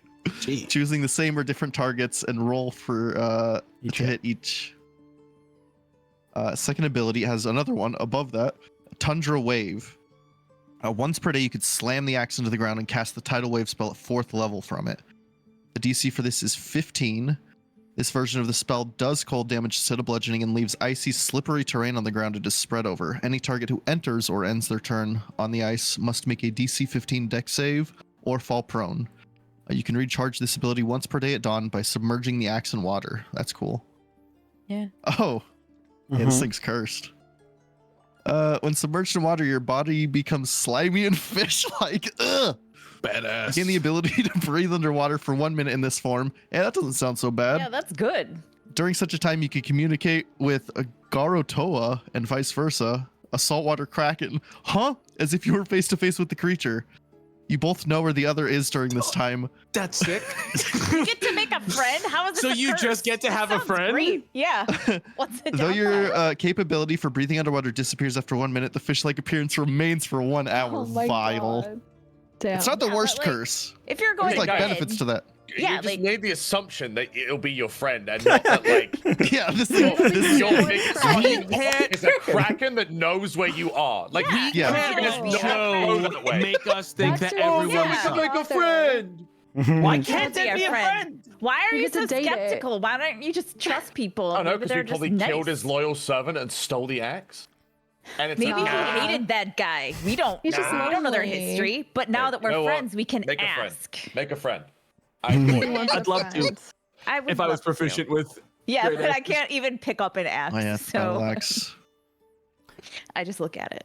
And Wait, who can? Me and Morgaine? Yeah. This is a weapon that tragically no one will use, and thus this kraken just lost Yeah, a friend, it's you and and no me. one else is gonna call Mostly them. you. ever Also, like, does Yeah. he even know that that dude's dead? Now he doesn't know. Now he's just sad. And he's down a friend. I mean, because Someone someone has a to battle tune- axe- a battle axe, by the Let way. him know. yeah, And battle then- axe is it's not two-handed. It's not a great axe. It's One-handed. it's, Yeah, you can use it in one I hand can't still. pick it up Oh, there you with go. any It's hand. just though. martial. Well, Technically, yeah, even I could use it. the slimy Hell moth yeah. would go hard though. Yeah. Well, Yeah, we'll but you did see. just get your cool sword. How does an Yeah, automaton look when it's fish-like in appearance? Ooh, like It that would, it would alter your appearance. stuff. So you'd yeah, you'd become. Whoa! That'd be You'd cool. have like fucking barnacles all over yourself. Yeah, like, yeah. Wait, that's sick though. Yeah. Wait, you get gills? Pirates of the Caribbean. The Bioshock Yeah. Big Mm. Daddy. Oh yeah. Yeah, that's cool. I like that. That's Here kind we of go. cool. Here we Get go. like a diving suit. Yeah. Yeah, they changed my head into the diving Um, suit, helmet, and everything. The other item you got is known as the dark lit dagger. It's a very rare item. Ooh. Okay. The blade of this knife is black steel and has dark silver symbols written in an ancient language, ancient tongue, abyssal across its blade. I speak abyssal. What do I know what it says? Then you would recognize it as saying, "As a member of the umbral jury, your word is just." Morgaine. Oh. Ooh. Well, everyone, if you might know about Dreadvault stuff, and you might know about that realm in general, you can roll a history check. Morgaine, you can roll a history check with advantage. You're going to have information anyway, Morgaine, but this just gives you extra. Okay. I only got a 15, but +5 if I can. So 15 or 20. It's technically not magical law. 26 Historical? history. Like, would she know from? What's that, sorry? Would you know from what, sorry? Like, would she have heard about it from Rosaris? No. This is definitely more down the line of Morgaine and kind of grounded history. Desmond with a 26, you would know of this, and Morgaine, you would also know your DC would be lower because it's literally part of your order. The Umbral Jury, there are 9 of them in total. They are considered the kind of shadow assassins of the Dreadwardens. These are like, we can't capture this person. We're going to send these in to kill whoever we can. It's kind of an underground, like, the order of the Dreadwardens do not confirm that these people exist. It's a total rumor. Even to you knights in the order, it's kind of one of those, is it real, is it not? It's kind of a story told. But each one of them is meant to wield a dark dagger. So this is kind of a stolen dagger from one of them. These are the ninjas. I read about them. It could be stolen, or what if The Otab just ninjas. is a member? The dagger's hilt is shaped like a winding key at the end and holds the symbol of the Dreadvault on it. This weapon has a +2 bonus to attack rolls and damage rolls made with this magic weapon. First ability is Knife in the Dark. When you are hidden and successfully hit with this knife, it deals an additional 3d4 piercing damage. Get this That's bow out of my fucking insane. hand. Yeah. Oh, I hate it. So Holy- stupid. God And damn. Truth Teller, any creature that is stabbed with this knife must make a DC 15 Charisma saving throw or fall under the effects of Zone of Truth for 1 minute. Holy shit. That's amazing. I like if the creature that a lot. succeeds the saving Yeah. throw, they're immune to the effects for an hour. Additionally, you can choose to deal 1 piercing damage to the creature instead of attacking to trigger the spell. See, that's Damn. huge on it. Desmond escaping the ranged curse, maybe? No. It's Carla. Carlisle Carlisle. escaping the ranged Yeah. curse. This always happens. Carla. This always Carla. happens, man. Carla. For a second, I was You like, see a what, cowboy what hat did- and- when's the last time Desmond? Yeah. Really good. I'm glad you've done it as well, don't you? You both the Cowboys. I What the really hell? like the bow so much, honestly, but it is really hard to play my class as Yeah, a you As need to ranged as you need to like, be with all close. of my melee healing stuff. Yeah, Yeah. this is perfect for that. Can Desmond use my bow? Are you able to use Oh. that? It's a short bow. That It's might not a be long good. bow. I should be able to. Oh, I'll have shit. to compare probably- it and the split bow crossbow because Okay. There's no way the split one. split bow on better. crit is nuts. I hit 5 Yeah, people with one attack. dude, if you crit with the fucking Silver Fang, you can do the 5d8 smite and crit that dice That's as well. true. Yeah. Damn. That's fair. Well, you've got a rest to think about it. Yeah, And you don't do have to some sleep, so you can think pondering. about it the whole time. True. Desmond just like balancing both bows. like- Disassociating, just staring at both weapons. I might want to use it. Yeah. 5D, it's like big. Pretty good. Also, it has an AoE blind. Yeah, Oh yeah. and a daylight cast. I know I don't use those, but they're there. Yeah, they could come up. It's like, also who out else of can use charges. bows? You Like, drained this thing. but hey, in the morning you'll get a D4 but- plus 1 to get them back. Have fun. Cool. I'll give you the dagger. Ooh. Did we want anyone of you to use the axe? I don't think so. 'Cause I think No. V wants to keep greatsword. We sell it. Yeah, that's. I mean, it's I cool. could use it still. You We can could- use it. I am getting mean, into try melee it. a lot more. If you just Try want a to melee for a little weapon. bit at least. Yeah, Yeah. You get a tidal wave. because from it. my short sword does not cut it, and sometimes I want to be in melee and not have to back up to keep attacking. Are you just regular short sword or is it? It's just a Technically a masterwork plus short sword. It's a one, plus but it one, doesn't but use that's attunement. it's just it. Which is the Yeah. only benefit of I have attunement slots for days as But a because you're- artificer. yeah. the axe. And Take it. honestly, make a friend, man. Yeah, come on, Yeah. man, please. Jesus. If What anybody if he can make helps a us in the friend, final battle? I'm gonna What talk to if him. We don't very know if high he's super charisma. chill.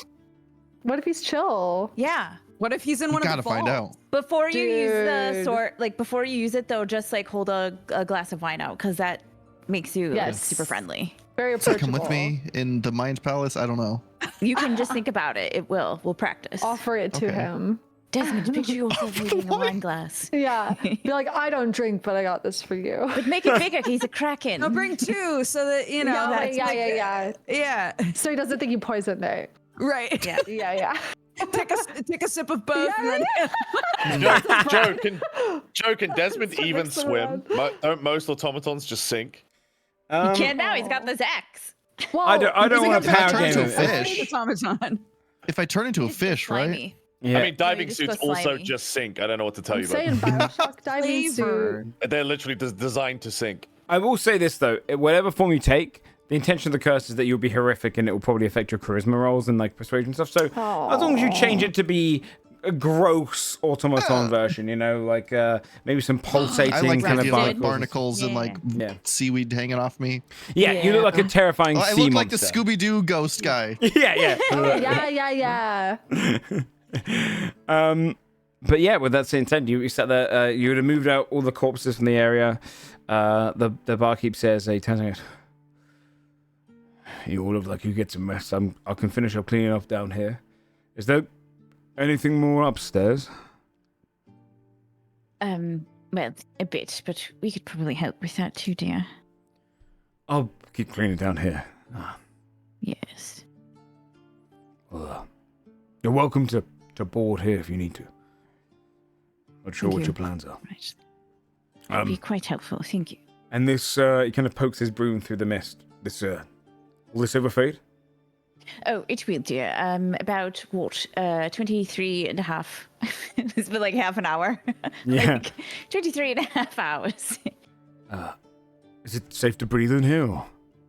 Yes, you're totally fine. You can also walk in and out. It's just that no one can teleport out, or you're safe from a divination spell. If anyone were looking for you, you'd be perfectly safe in here. So that's good.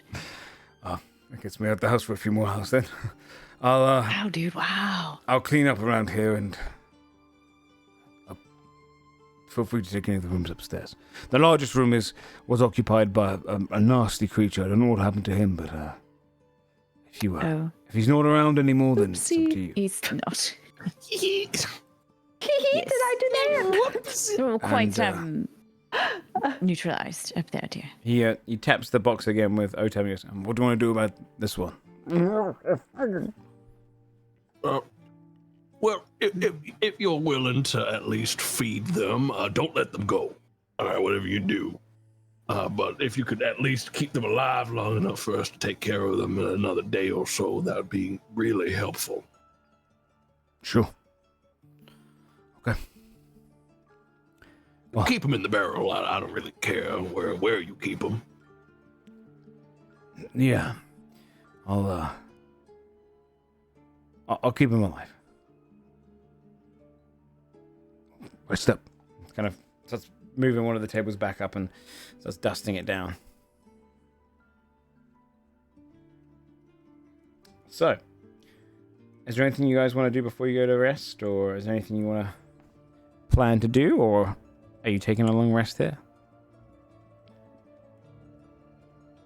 I I'm good to rest. I mean, I do want to see if there's like shops that have any resources that might be beneficial, but that's a morning thing. Yeah, so that'd be. now we just.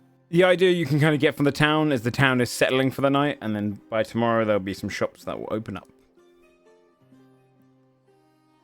Yeah, go Yeah, then I guess let's get some sleep.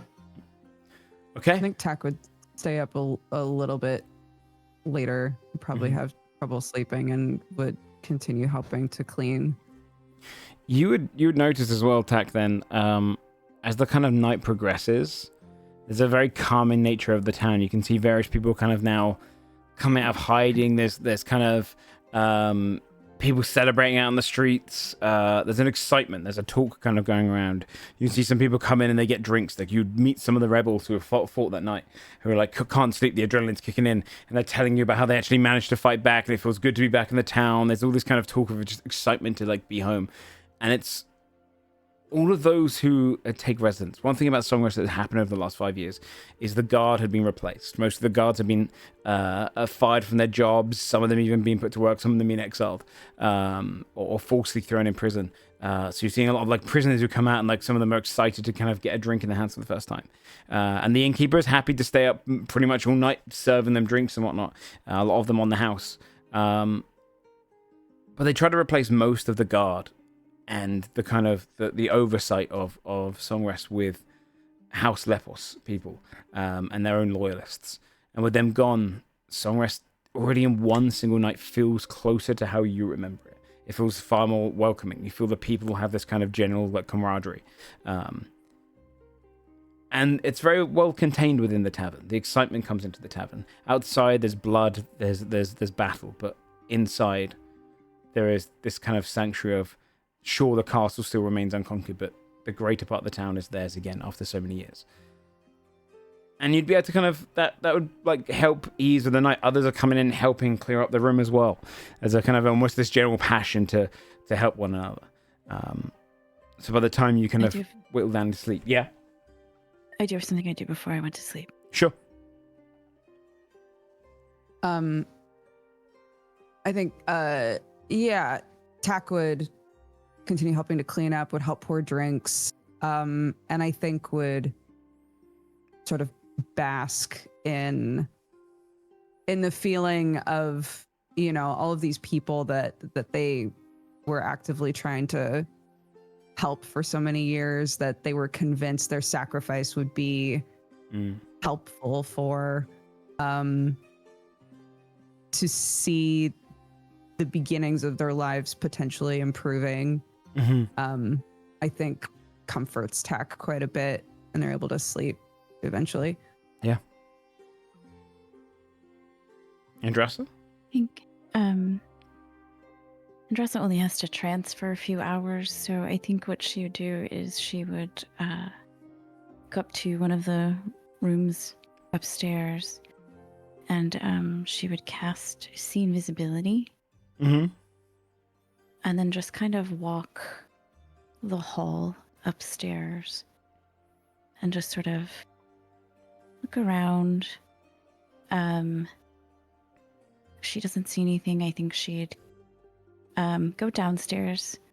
Divination spells can't go through that. And then she'd just sort of peek outside the doors, just sort of to see if she saw anybody looking at or for them. Roll a perception check for me. I'll give you advantage because this is taken over a period of time.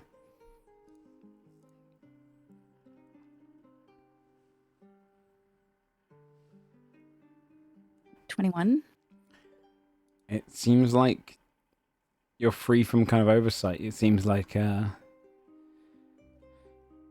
nothing's like purposely seeking you. Give me an insight check, which will help kind of lead to some sort of like investigation. Only a 12.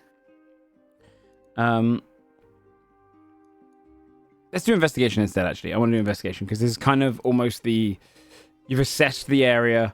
This gives you knowledge based on your assessment, as opposed to insights kind of reading someone's face. This is kind of getting an understanding of why you might not be watched. Straight roll or advantage? Because you're doing it over time, advantage. Did you roll? 26. 26. Yeah. One thing you can probably like garner, and now you've kind of looked around and you've realized the battle's gone on.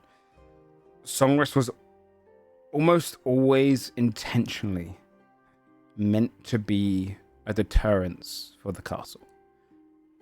Everyone that was invited, even the calling of House Lepos, seems to be some sort of deterrence, as just a front line so that whatever plans they had could be kind of manifested there. They do not care about losing the town, necessarily. All of these dread vault escapees that were invited were all there as cannon fodder to hold back any attempt to retake the town. You're getting the idea that the liberation is great in terms of saving so many people's lives, but there's no need to be really paranoid. No one knew necessarily you were coming, and even if they did, they don't really care. There's almost this ease to it, where you know, understanding that you're not being watched is great for paranoia, but understanding that no one's concerned enough to watch you means that there's a preparation you don't know about. I think that she'll go to whatever room she's in before that kind of hour is up, and as she sort of gets ready to trance, she will look up at the empty room, and she'll kind of incline her head towards the direction the castle is in, and then she'll just say kind of quietly to the room, your problems are ours. Guess we'll find out tomorrow. And then she'll trance. Okay. Upon resting in this night, 5 years Songrest has suffered under the House of Lepos. Usurpers that have taken it over, pushed out the old house, killed loyalists, threatened a rebellion. The lady of the house hidden for years, pretending to be a dock worker. The lords and ladies of the house kept in kind of front-facing, almost prison work. They've suffered. Tak has suffered. The people of Songrest have suffered. But with your actions tonight, you have helped liberate the entirety of the town. And it might be that, or seeing yourselves work so well together in battle, fighting a small contingent of soldiers, easily slaughtering them. A tavern full of convicts which were known to be dangerous, taking them down because you were all confident in your abilities. That when you wake, you feel stronger, as you have all leveled up. Yippee! So obviously, Yay! we can do about that. a little healthy roll. But obviously your extra abilities and stuff, if it's easy for you to apply whilst you play tonight, we usually try to aim level ups for the end of a session, but you guys are resting midway through. You necessarily might not dive into a combat this session, so don't worry too much. But if you have some decisions you're making, throw them into place now. Otherwise, keep your eye on it. But we'll just do little health rolls, and then we'll take a little break. We'll take a break during the health rolls so that you guys can just kind of throw them into the chat. And then apply them yourselves. But and put all your stats back up, put all your spell slots and all that good stuff back up, as you guys are going to be a higher level to get prepared. And then, yes, I will tell you once we get into the town as well in a minute. You're going to have all different shops, but there's a few more unique ones if you want to go and visit those for specific things. Otherwise, you can do a little shopping, a little talking and whatnot. Okay. And then when you're all prepared, the dungeon of Kios's castle will get started. So, all right. Do your health rolls and stuff. We'll be back in 5 minutes after a little break. So see you guys then. Take care. Fuck. Whatever.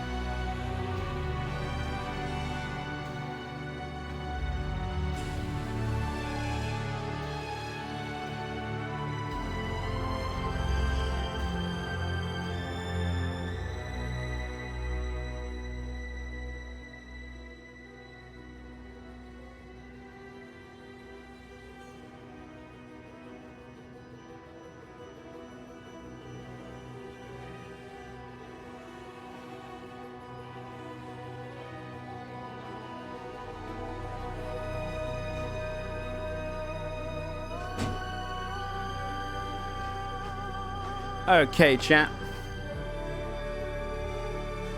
I'll tell them we're unmuting. And we'll get back into it. Who would benefit from 2AC? Hello. Oh, hey. Hello. Hi.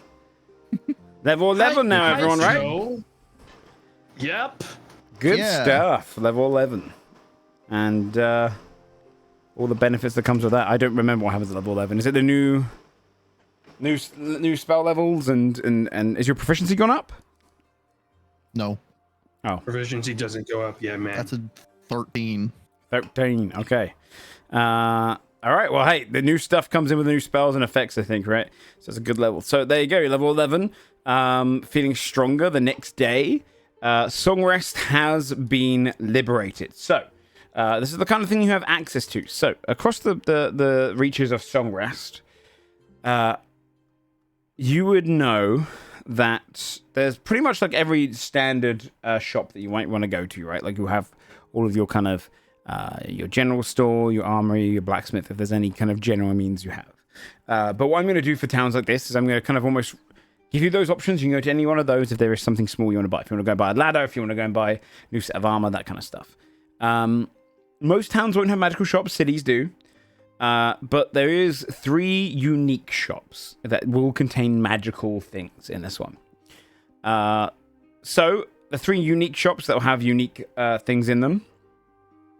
The first one is Walter's Wagons and Carol's Carriages.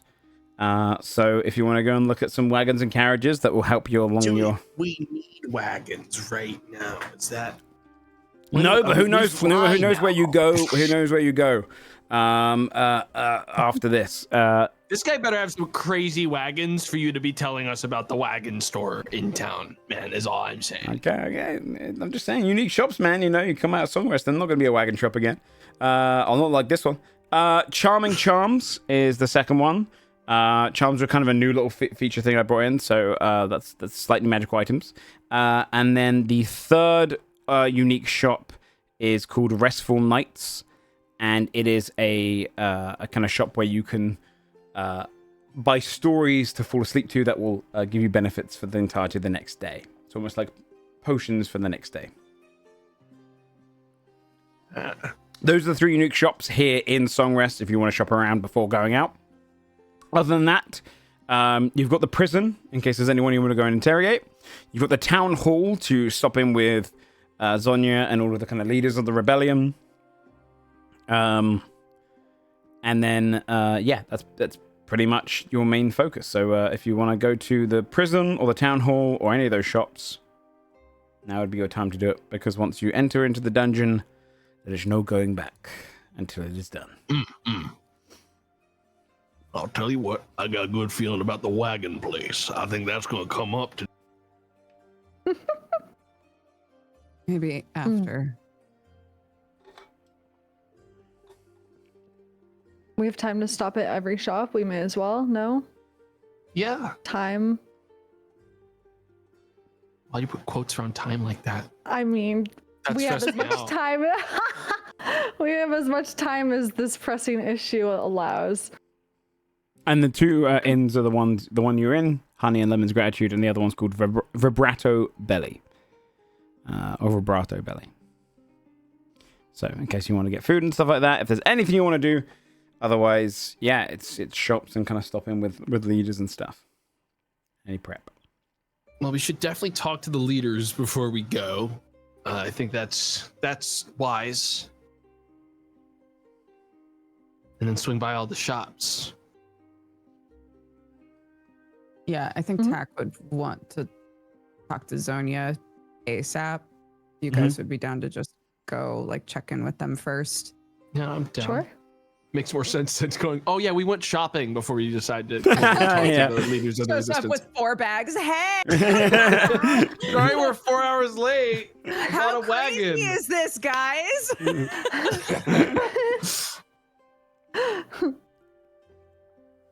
Okay, so you head down to the town hall first. Yeah. Before you do, you go downstairs. You can see that there's been a hole made in the little basket. Barrow and the innkeeper has kind of fed them. Are you leaving Otab in there for the day? Yeah. Okay. We're not going to take him out on a walk. No, that's okay. Yeah, it makes sense. I think that was kind of the intention of the conversation with Carlisle, right? Was like, we have to continue dealing with this shit, gestures. Could you just make sure he doesn't die?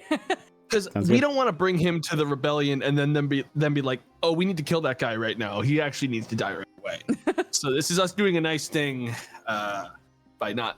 Yeah, we're nice actually. We're good guys. Okay, good. So. Good. Okay, then you'd leave out the town and you'd be walking down the streets, and there's a strange atmosphere where like the town is trying to go back to normality in a single night. But people are kind of skipping their day jobs. They're taking like a day off to kind of wander around, talk to other people. New guards are being appointed. They're kind of distributing portions there. You can see there was a big effort overnight to put out any of the fires in the barracks. And a lot of townsfolk are aiding in burying the dead. There's an element of just kind of people moving over towards the graveyard. Wagons are going by with bodies on them to bury the dead. So there's kind of a sadness of like a post-battle, but there's almost this strange joy in the air. There's this kind of comfort of having their home back.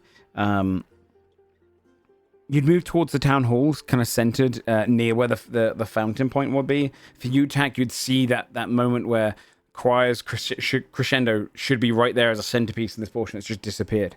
The seats around it just kind of lonely and sad without the centerpiece. But the town hall sits there on the kind of hill of steps up towards it. A wide, kind of broad building, a couple of stories tall, but wider than it is tall. The doors are broken in, having been kind of battering rammed down, but they've got guards posted outside, armored on, a little kind of thrown together, and you can see they've kind of rose these kind of makeshift banners of the House of Song Rest, old kind of flags that have kind of come out of storage where people might have hid them in their homes. They're now kind of rising them high. When you wander up towards the doors, the rebellion would recognize your group, kind of let you through. Letting you pass straight through. Are you going straight towards the kind of main quarters to go and meet with Zonia straight away? I mean, who else is here?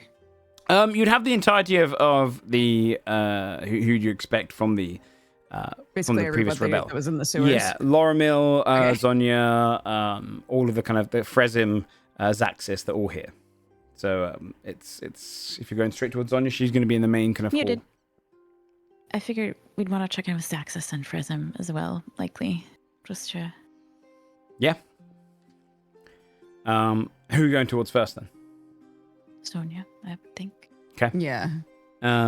You'd head straight through, and you can get into this kind of larger room, which seems to be kind of a council hall chamber, where you would know, Tak, that the council would meet the small council of Song Rest. They'd be dealing with much smaller matters than Zonia was dealing with now. They'd be dealing with like local farmland and kind of disputes between people. But here, it seems more like a war room in the sense that you've got soldiers walking around, moving different things, kind of talking about kind of portions of the town which is being destroyed, having to reinforce bits. Zonia's going to be almost overwhelmed with different people coming up to her saying, you know, we need to do this, or people coming in to demand kind of meetings. So when you kind of all kind of start stepping through, she's on her head. You can see bags under her eyes as she hasn't slept. She looks across and goes, clear out the room. I'm going to be dealing with these ones. We'll get back to that afterwards. And the rebellion kind of, like one of the soldiers nods his head, wraps up a bunch of the papers, and they kind of walk out of the room. And once the doors are kind of closed behind you, you can see they've just repaired the door as well. It kind of stands slightly off the hinge. They have to slam it shut. You can see she kind of looks up. Her hair's a bit of a frizz. She's still got blood stains on her armor. She hasn't taken off her armor yet. It seems looks a little bit sore around her neck where it's kind of rashed, where she's kind of worn it all night and kind of be brushed against it. Her blade is the only thing that's clean. It's in her kind of scabbard on her belt. She looks across all of you and goes, it is good to see all of you survived. Where are we at? Jack will come and stand kind of close to her and look down at whatever it is that she has. She's kind of looking over kind of like a general, like almost like building plans of the town. Good and bad. It was easier than we thought to take the town. When we gave the signal, more people than we thought came out to help fight. fathers, sons, daughters, wives, everyone took to the streets to help. It was a last-ditch attempt, and it worked. The richer district of the town, up on the kind of the lower mount, she kind of points. A lot of the houses there were destroyed, and we had some less honorable behavior from some of the civilians up towards them. Since you've been gone, some of the nobles of the town were benefactors of House Lepos. Some betrayed us, others were brought in by House Lepos, and the town let them know. We're currently dealing with some situations there. We've imprisoned large amounts of the forces. We've put any of our prisoners, Somans, in one of the more secure prisons inside our barrack prison, along with a couple others. Here in the town hall were a few cultists to Kios. We killed a couple, captured one. They're imprisoned. Unfortunately, the mines, Frezum is currently trying to organize an attack on them. They are fortified and held down. The foreman, she is not willing to come out. She's holding off against us, using her automatons to try and buy ourselves some time, holding many of our forces hostage in there, any of the prisoners she has. Frezum is currently dealing with that. Meanwhile, the castle, as I'm sure you all saw, changed hands. We have secured the gatehouse, and we have a large contingent of soldiers up there. We're going to keep that watched. He has no way of getting down the mountain from that aspect, but I don't think he's looking to leave. Has anyone attempted to go in yet? Not yet. He hasn't approached the castle yet. We've observed it from afar. It looks like this bubble secures the entirety of the thing. I'm not really sure what's going in. Messages are not getting through the bubble. Tak will sort of gesture to Indrasa. Indrasa studied and knows a lot about reality magic. It's really similar from our perspective to what happened at Crown Heart Hall. Might have some insight into questions that you have. We could use it. What are we dealing with? What is this bubble? It's a reality shift, dear. So, inside of it, Kios can change things to whatever he fancies. And I mean whatever, right? Doesn't matter if it is real or not. Anything he can think of, he can make happen. These are not illusions. No, they are real, dear. They are real inside the bubble. So there's an anchor, and we believe it is the choir's crescendo. He's used to anchor the spell. That's what keeps the bubble there. Right. We're on a bit of a time crunch as How long? far as... Would Indrasa have an idea, given the bubble of that size in which she saw at Crown Heart Hall, to know like how quickly that would attract planar phages? Oh, well, the one at Crown Heart Hall, what you would know is the reality bubble itself was... It was kind of contained. It was... give me an Arcana check. I'll explain... Okay.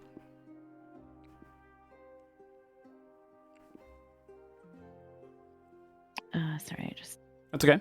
This is... You'd have the +5 because this is magical law. And I'll give you advantage because this is your... 30. With +5. The usual one, this is like a classic reality bubble. This is one which you'd have expected from the times of the Age of Stars. Back in the day. Yeah, this is kind of as it see fit. Planetphages take a long time to come from these. They barely ever were seen, especially greater ones, during the time of stars. It's just that they would come eventually if some people would put almost permanent ones down, but it would take decades. The one thing that was interesting about the one at Crown Heart Hall is it was almost inverted. The reality existed within the false anchor. It was kind of, that was the trigger to bring it back into the real world. Got it. So what you know is Spring was trapped in there for like 100 years, and that's what drew the planetphage in. So got it. You guys are pretty safe from planetphages unless something crazy happens on the inside. The more kind of reality magic that's used inside, the more they're kind of drawn to it. The longer it's up, they're drawn to it. Or if there's any greater thing. No one really knows what draws in planophages as they exist between the gaps of reality. But it's definitely a case of the longer they're up and the more kind of potent their use inside, the more likely one is to come. So you're pretty safe from one, unless there's a crazy thing to happen. And then we can, I don't remember, but Andrasa would. What happens if I dispel magic on the choir's crescendo? It's bad. It would, if you cast dispel magic on the anchor, yes. Anything inside the reality bubble can come out. Can come out. That's what I thought. Okay. Yes. Right. So she'd say, well, it's actually, I can't quite tell, but it seems like it's a quite classic bubble. There's sort of old ways of the time of stars. So I think not quite as dangerous as Crownheart Hall, but certainly we would like to get rid of it, before decades happen. I think the other important thing to remember, dear, is, sorry, are you sending people in? Is it just us going in? Are there multiple teams going in? You're going in? Well, yes, of course, dear. We have to get rid of the bubble. We didn't expect that. We wouldn't have expected that on you, but we were going to build some forces to try and penetrate in some way. Find any of those that are magical, with magical courage and cunning among us, but they're not many. Yes. No offense meant, dear, but I think probably we are a bit better suited than maybe anybody you might You're more qualified for sure. If anybody were to go in, it is very important that they do not cast dispel magic upon the choir's crescendo. Don't try that. But otherwise, all right. Going in is the easy part, getting out is the hard part. And so if you take care of the Inca, you can get back out, basically. Do you need reinforcements?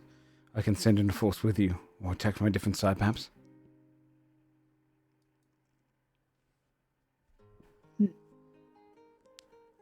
Hard to say without knowing exactly what we're walking into. Yes. If there's any supplies we can give you, I can adjust to do so. And we can come up with a contingency plan. If you don't come out after a certain amount of time, we can send in a larger force. Or we simply bombard it from afar. I'm not sure what we can do to and she kind of nods her head and looks towards you, Tech. Obviously, the latter is not what I want to do. I have family in there. Same as you, but... What do I? I want to get everyone out. We saved Sungrest. It took years. We can take a little bit of time on this one if we have it. But if we are running out of time, then any resources in the town that I can give, let me provide. I think we'd like to be quite fast. Kios has an army that he's trying to have support him in a matter of days, he says. Actually, more of what was in the mill. Right. So we don't really want to give him time to fully entrench himself, although I believe he does have sort of traps and things about. And of course, he is now manipulated the castle to be whatever it is he wants it to be. I'm confused though. Most of Sir Kevras's soldiers were killed last night. And those that weren't killed are captured. He doesn't have many left in the castle. A few knights, perhaps? A couple of loyalists towards him, but what army could Kios have? Ow. My dog just belly flopped on to me, ow. In reality bubbles in the time of stars, dear, that's how they used to fight wars. And so you could have an army of, I don't know, a flying... sort of raptor-y creature, whatever you could think of, with 3 heads and it's blue with pink polka dots or whatever, right? He can create whatever he likes and control them. Exactly. And we're expecting this army to attack our town. I think that he... Right, he's been sort of all over, dear, right? We saw him, several times as he's been moving this way, and I think it would be remiss of us to not think that he does not have actual physical forces outside of the bubble somewhere as well. But I don't know about that. It's just a sort of feeling that I've got. Right. Okay. Well, We plan to go in as soon as possible. Andrasa, is there anything that we can do to have contact with them from inside of there?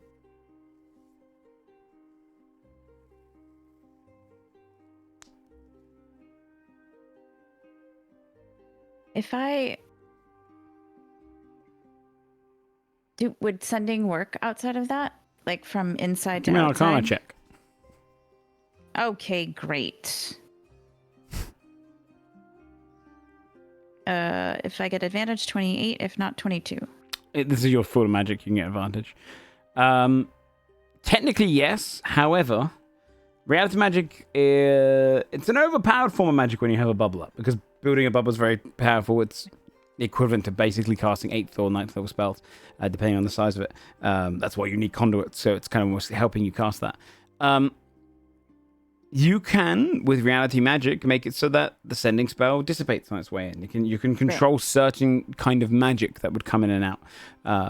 You have kind of control, almost like it's your own little external demi-plane. So technically, yes, but it's just as likely Kios could have turned it off. However, it might work inside. As one of the things about reality bubbles that you'd probably learn from history is that mages were careful with what they did, because if they turned off certain magics, they wouldn't be able to cast magics, and they needed their own defenses as well.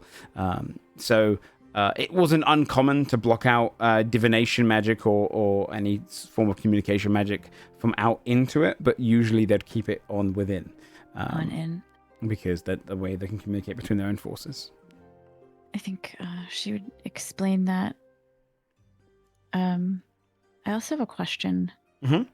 Knowing what she knew about Kios from what she saw in Carnard Hall, and then also kind of how Abigail kind of shit-talked him, does it seem like this man could have cast a bubble this size on his own? Is that stone like amplifying it and making it better, stronger, whatever? I'll go for your previous roll. About that? It's definitely a case of it has amplified it.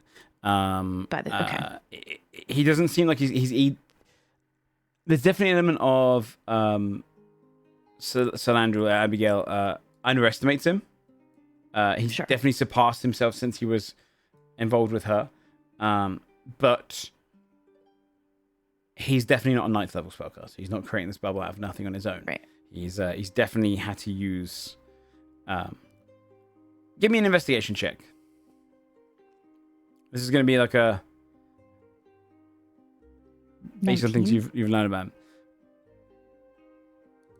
At the very least, you realize he's been insistent on getting these crystals for a good reason, and that's that he needed the crutch. Got it. All right, she would say all of that. Okay.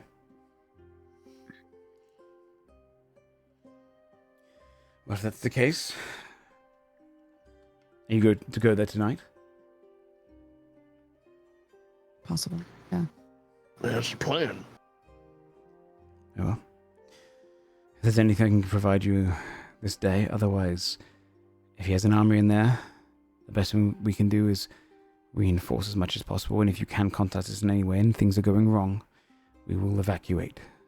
I'll start coming up with an evacuation contingency plan instead, and keep all civilians on the kind of the outside portions of the town, and keep most of my fighting forces on the closest side to the castle in case things go bad.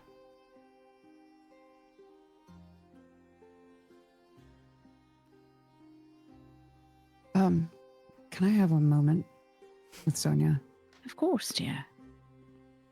Yeah. Excellent. Yeah, once the room is closed off, she kind of turns to you.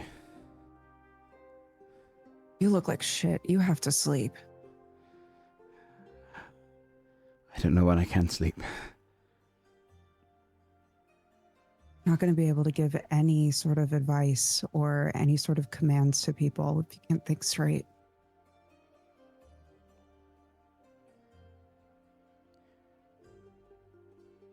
When everything happened 5 years ago, that night that they came, I was asleep. I was asleep and I woke up to the chaos going on and it felt like I couldn't do a thing. You know. And I just can't stop. Every time I've laid down or rested my head, I keep feeling like if I close my eyes for too long, it's going to happen again.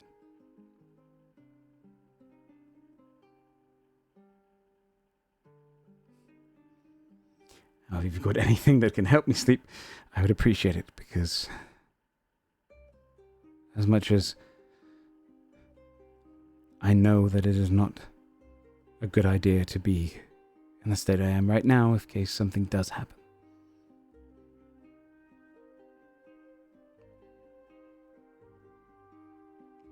Well, I could help you sleep right now, but I feel like a lot of people are going to be asking for you. Maybe give me an hour. I'll see how much I can get done, and then maybe I'll rest. She kind of finally just realizes she's wearing a breastplate. Unbuckles a portion and goes, "Will you?" And like points to the back of it. You can see she's broad shoulder. Yeah, tech will help. She lifts it off, and you can just see her shoulders kind of slump. You can see where it's kind of dug in. She goes, "Hey, you're doing it." "No, we're doing it." Yeah. I didn't know if you were still alive. For such a long time, it felt... I'm sorry that you had to take on the burden of my family. That you had to... my burden. It was my duty. I was happy to do it to keep you safe. Not just for duty.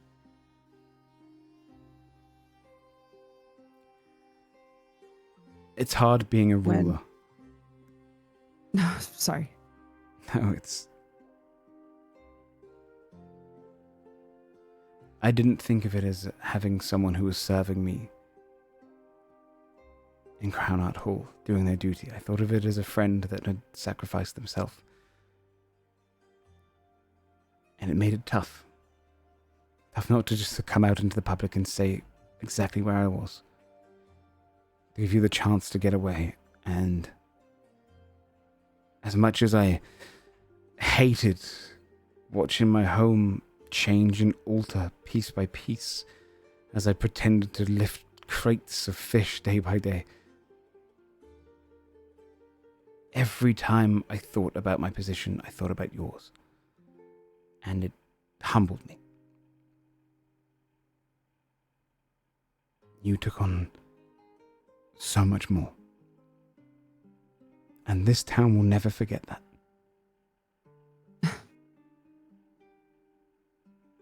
Thank you.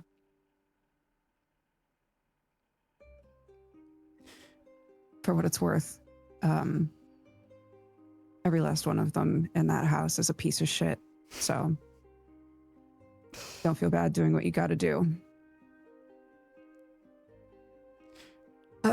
Speaking of which, I don't mean to put more concerns into your mind, but could I see Soman? Of course. He's in the prisons.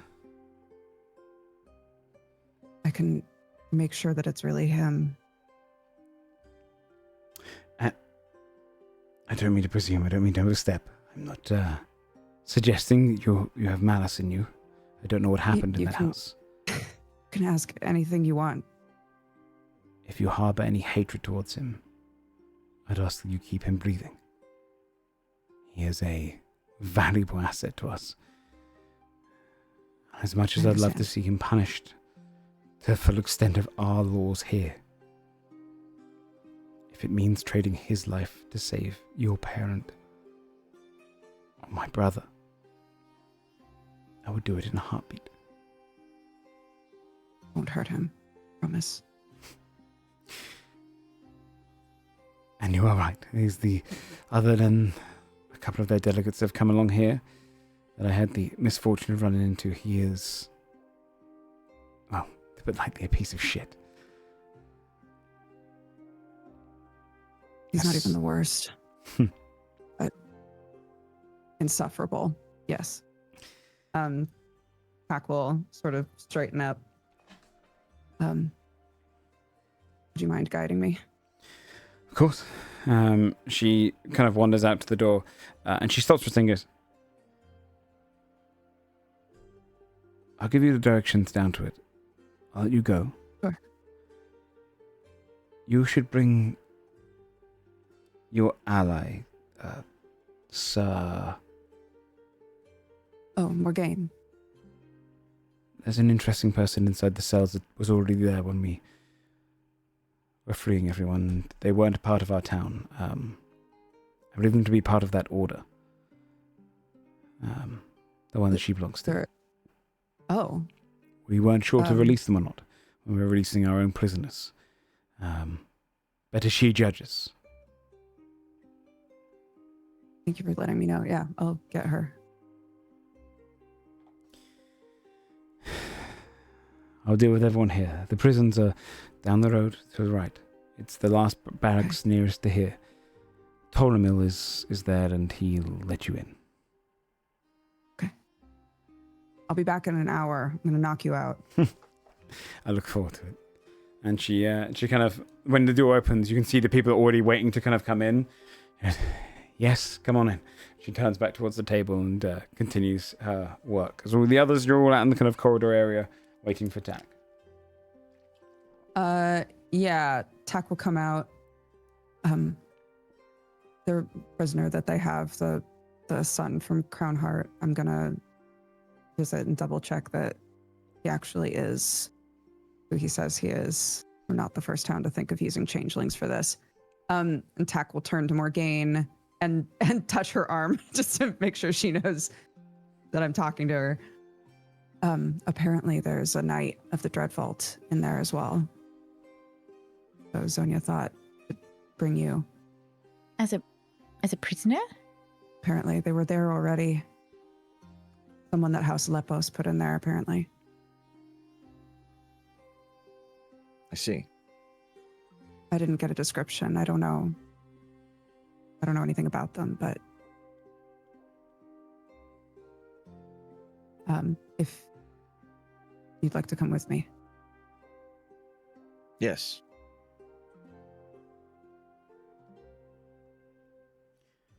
Are the rest of you going with, or are you going to stick around in the town hall to meet the others? I mean, Zaxxas, Fresm, etc.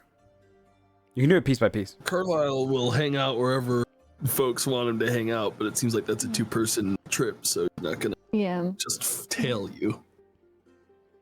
I'm happy for us to focus on everybody else doing stuff in town first. It's up to you guys. Where's everyone else going? What's that happening? Wagons. Go look at some wagons. Yeah. Get some I mean, wagons. I think we would want to go to the shops, but it feels like it might make sense to wait to just check in with Zaxxas and Fresm till we're all back together again, in case like there's anything that's useful. Do you know what I mean? So you guys go after the shops whilst they go to the prison and then come back towards the town hall together. Morgaine, Sir Morgaine, dear, is there something you might quite like from the wagon shop, perhaps? Well, No, not particularly. Anyone got any? They want from the wagons? We'll find you something, don't worry, dear.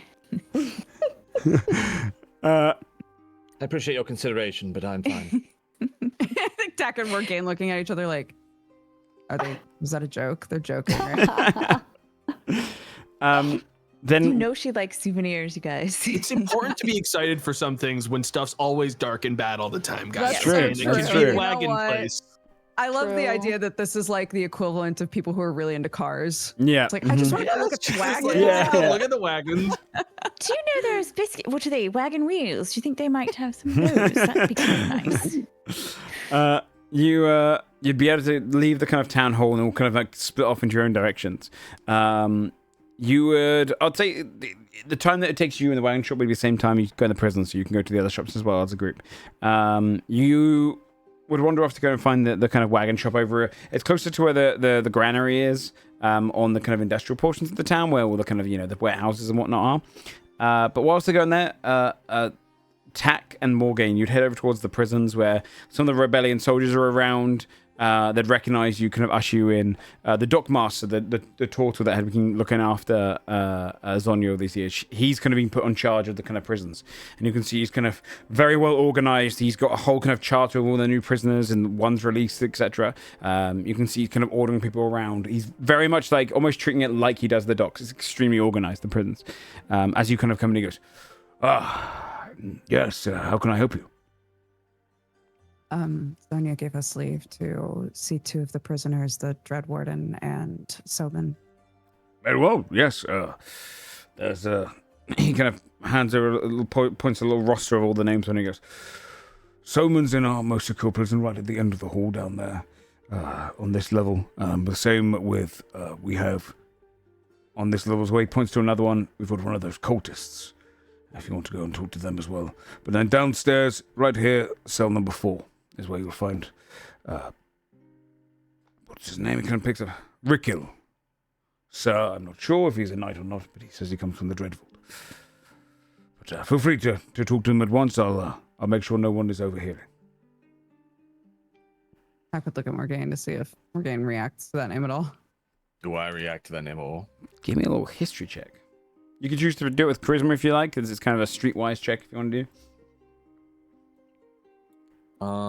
Yeah. Yeah. Just a regular history check? Do you have proficiency in history? Yes. If you roll it with charisma, you can add your charisma modifier if that's higher. So just roll charisma straight and then add +4. Okay. I'll give you advantage as well, because this is your Dreadful. So 21? 21's enough, though. You won't even really need the advantage. I'll do the advantage anyway, because I'll give you exact, like, huge information if you get a... Not 20. No. Okay. The name Rickle is... you would know it as... On your list, there is someone called Sir Liran Renevere. Mm-hmm. You would know them from 8 blessings ago. They were a knight that was hunted down and captured for betraying the order. Made an example of, put into one of the lower cells... as they were committing kind of treason against the order. Rickles, because it's done with charisma, this is less of a kind of a knowledge about the person from like a statue point of view, like knowing about their title, their deeds.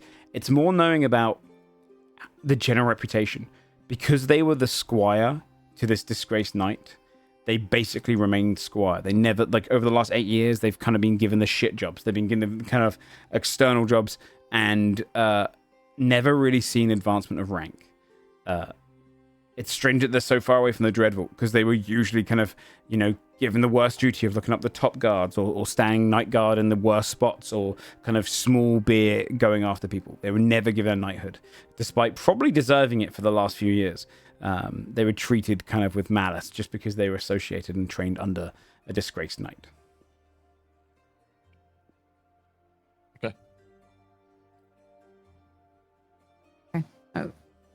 Walk in then. I would take Morgaine to cell 4 first. Okay. Yeah, you'd go down there and sit behind a standard kind of barred cell. You can see sitting in there a little bit skinnier, a little bit less, not wearing any armors, kind of wearing some rags, but kind of broad shoulders, but skinny around the waist from just being in prison for a little while. Is a Leonin, a lion person, the male one. They've got kind of a mane that's tied up, and they've got beads that kind of keep all of their fur matted together and kind of tied. Brown fur with these kind of almost blue beads in them. You can see they still carry a small kind of sigil of the Dreadful House, the House of Justice. They kind of keep it on their cloth still. It looks dirty and tattered, but they've still got onto it. They look up, their eyes kind of tired, and they stand up, and when they see that you're a knight of the Dreadful, they kind of step forward. Sir,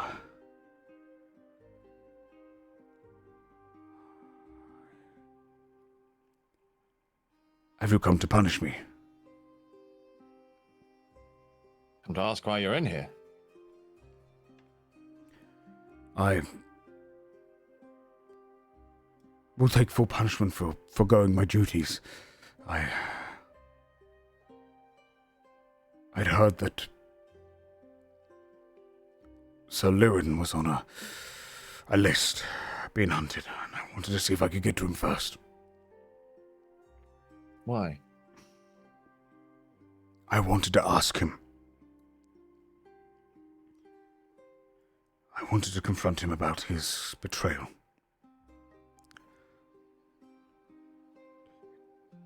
Did you succeed? No, I knew that a few of the Dread Knights were heading this way. They'd found that people on this list were heading towards this town. I snuck past. I believe they got held up at the border gate. I was searching to see if he was coming along too. When I was caught, they didn't really know what to do with me. They wanted to execute me at first, and then they threw me in here in case I would be leverage. I learned that the knights at the border gate had been killed. I think they were hoping to ransom me back or, I don't know, use me as some sort of hostage. But nothing came of it.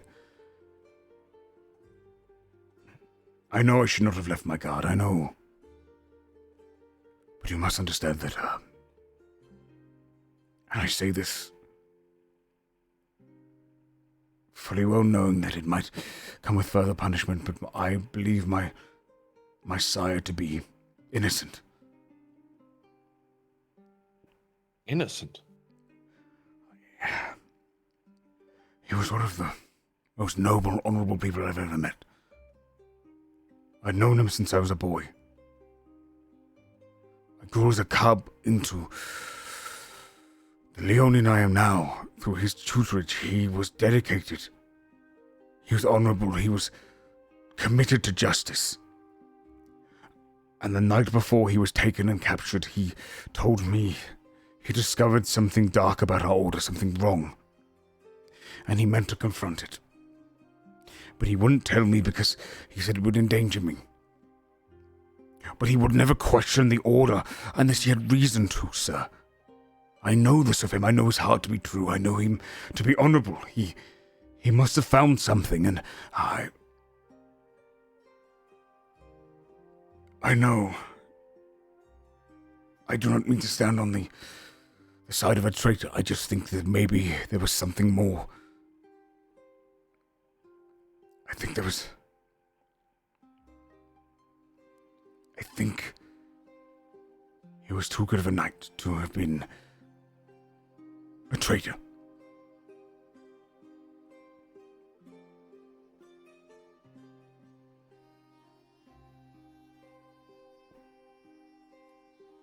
Well, be that as it may, if he is here, then those he is in league with are monsters. And that I cannot forgive. I understand. And then she'll lower her voice. But I too have questions of our order. Then I would advise so you I sympathize. Not to make those questions known. More than duly noted. My sire, I had two leads. It was rather here. Others believed that he might have fled north, into the land without light.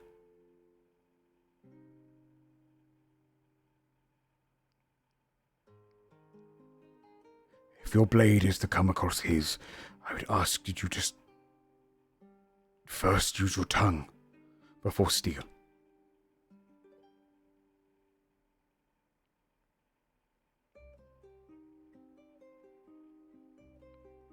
And if he's not here? Will you pursue him? If he is north, I will go north. I owe my life to him. Without without him, I would never have survived the trials.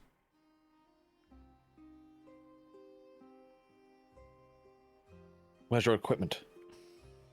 Lost to me. I imagine in an armory somewhere while being thrown about by a bunch of thugs.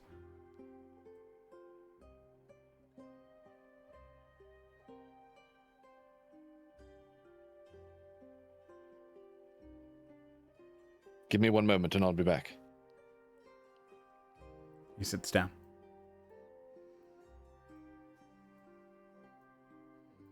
Tack would have given them privacy and be standing. Yeah, Organo will come and find Tack. Oh, Right, who else do we need to see? just the big boy at the end of the corridor, I guess. Lead the way. Yeah, Tack will go to where the map showed Summon to be. Yeah, this gate, more of a kind of an iron door with a small kind of grating and a kind of a place to push food through. It's more like a solitary confinement room. You can see Soman is in there, kind of tired. You can look through the little window and you'd see the once brash, arrogant, spoiled Lord's son looks disheveled, tired. He's even grown a little bit of a scruffy beard that doesn't really quite connect, and it's kind of almost in portions. But he doesn't look himself. He looks tired. He looks scared. But a little bit more defeated than scared now. He's kind of almost starting to succumb to the fact that he knows he's not being saved. Mm. Do they let me go in, or Yeah, they would let you go in. You You could open up the door. You could be probably given a key to go into his room. Sure. Yeah, Tack would go in and observe him for a moment. He'd stand up off the bench. Look at you.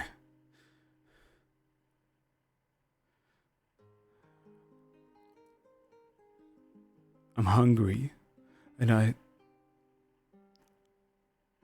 if there was bread to go around, I would appreciate it.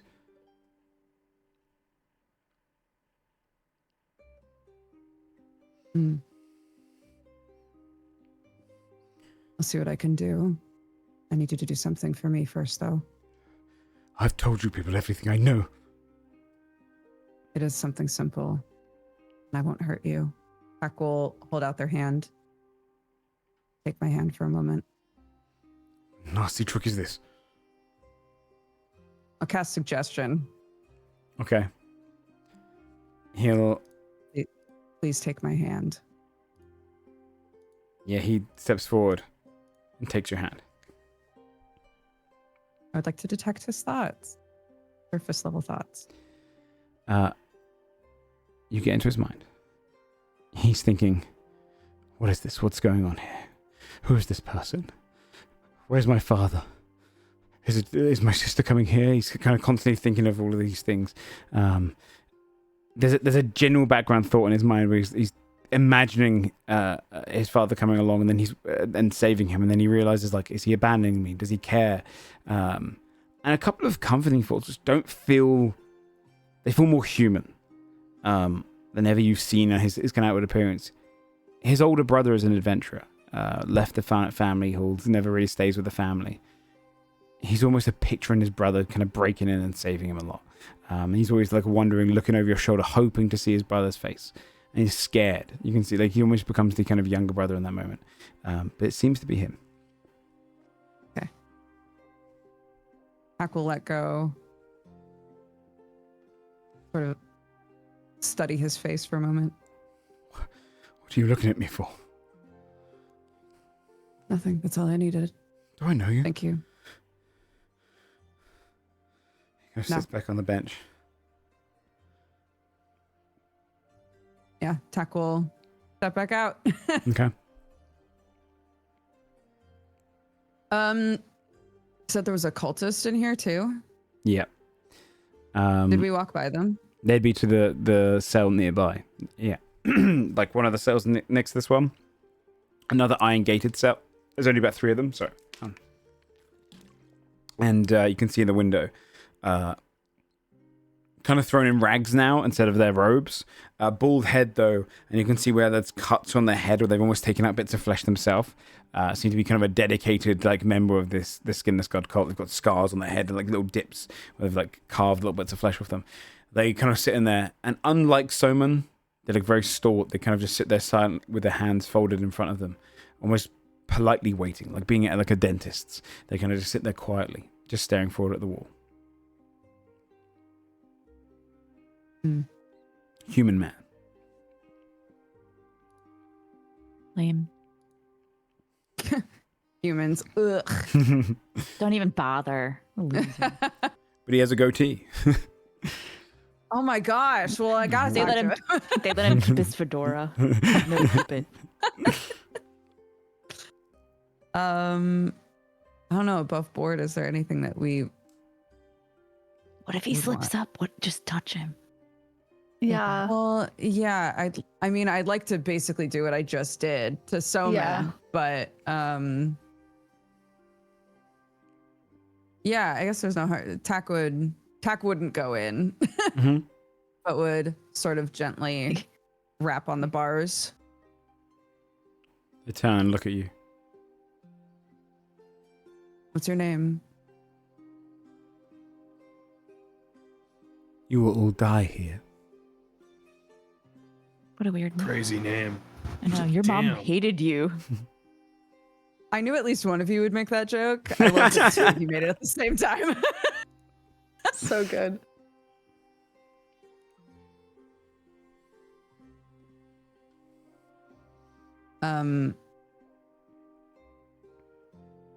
Man, I never use my level 2 spell slots.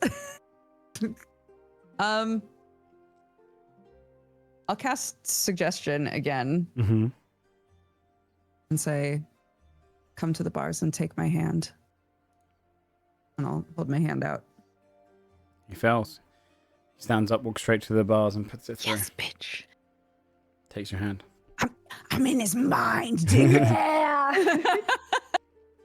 I would like to detect his surface level thoughts, please. I love a cult. Cults are great. This is the best choice I've ever made. In my There life. is. I love I'm this super jazzed to be here for His this. kiosk is so God, nice. dude. I miss him a lot. He's got a I repetitive bet he's thought. gonna rescue me. Every thought of like fear and like worried about what's going to happen to him, he constantly comforts himself with the same sentence you heard. Cutis mea RMS, cutis mea RMS. He keeps telling himself over and over to try and comfort anything. But his thoughts are constantly right now on the surface level, just of like, are they going to kill me? And then he reminds himself, it doesn't matter. You know, it's kind of very, just constantly comforting himself. I would like to go deeper. Okay.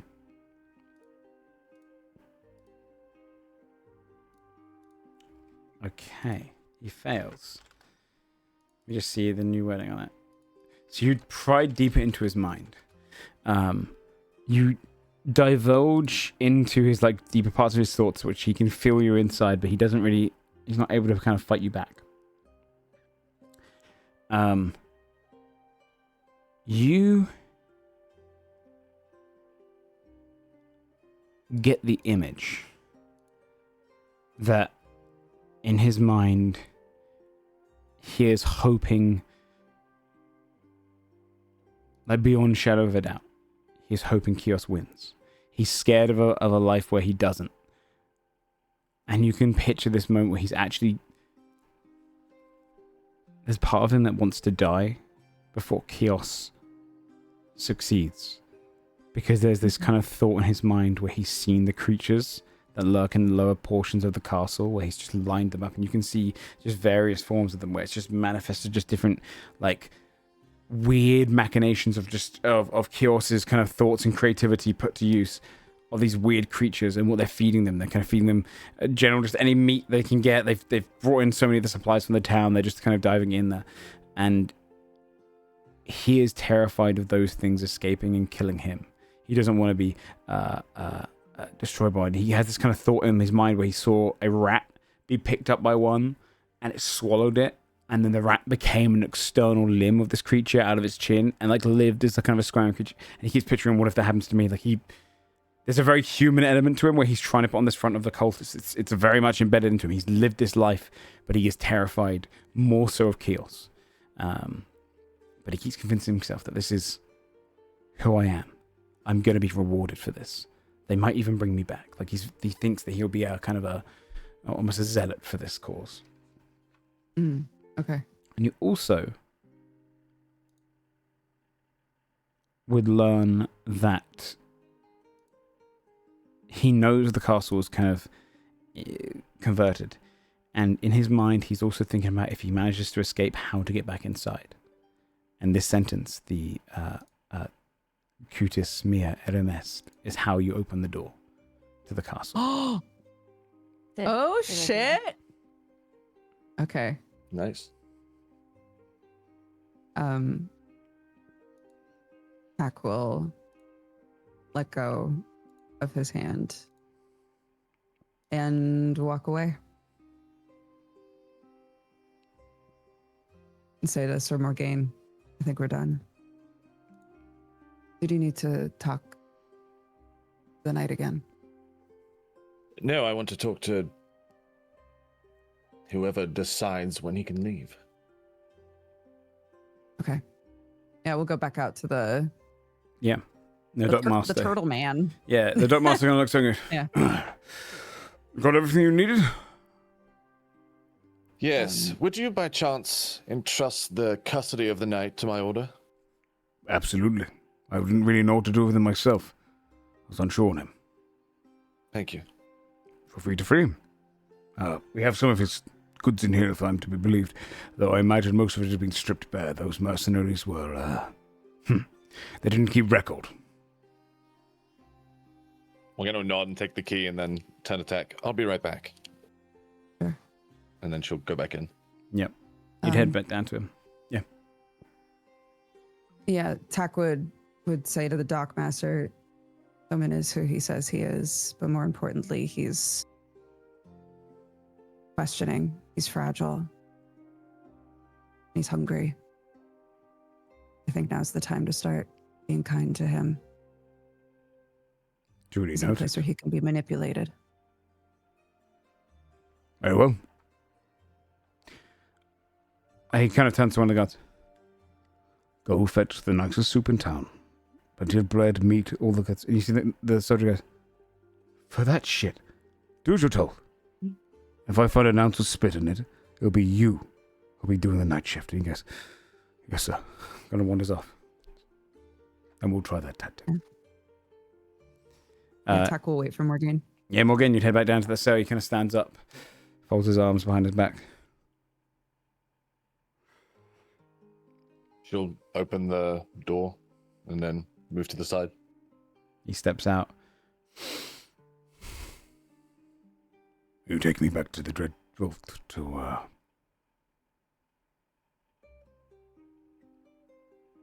No. No, I shan't. They have some of your effects in the entrance. Anything else you need, you can get from my camp. Your camp? Yes, my camp. Remain there, and we'll talk after. And where do I find this camp? Well, I'm not great at directions. That's also my colleague. You tell me. He nods and heads up with you. Tomo has his kind of goods given out to him. He's got a small dagger that's kind of like nothing special. His axe has been taken. Portions of his armor have been taken, but the undercloth and kind of the under armor is still there. So he kind of gathers portions of that, and along with like the little small tabard piece, he kind of puts it on. He fools himself. He goes, looks towards you, Tak, and goes, I'm being told I can go back to your camp to resupply. Yes. If that's what Morgaine said, then of course. I do not know the way. Although the direction eludes me. Oh, I see. Of course. Tak will explain. Yeah, how to get there. That. Yeah, I probably a conversation about like, do you know like the area very well, etc. And eventually they get to a point where he knows where to go. He nods his head. I appreciate it. If you run into me in the north, I'll see if I can get to my sire first, before any wardens get there. And if you do have these questions, I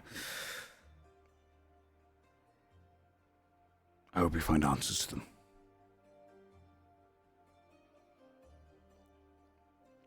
Thank you, I have sir. more pressing things to attend to currently. But yes. He eyes the castle. Aye. And what of the cretinous villains that came here? There are so many. Not anymore. Justice be done. Thank you, sir. And he bows his head and begins wandering out to find your camp.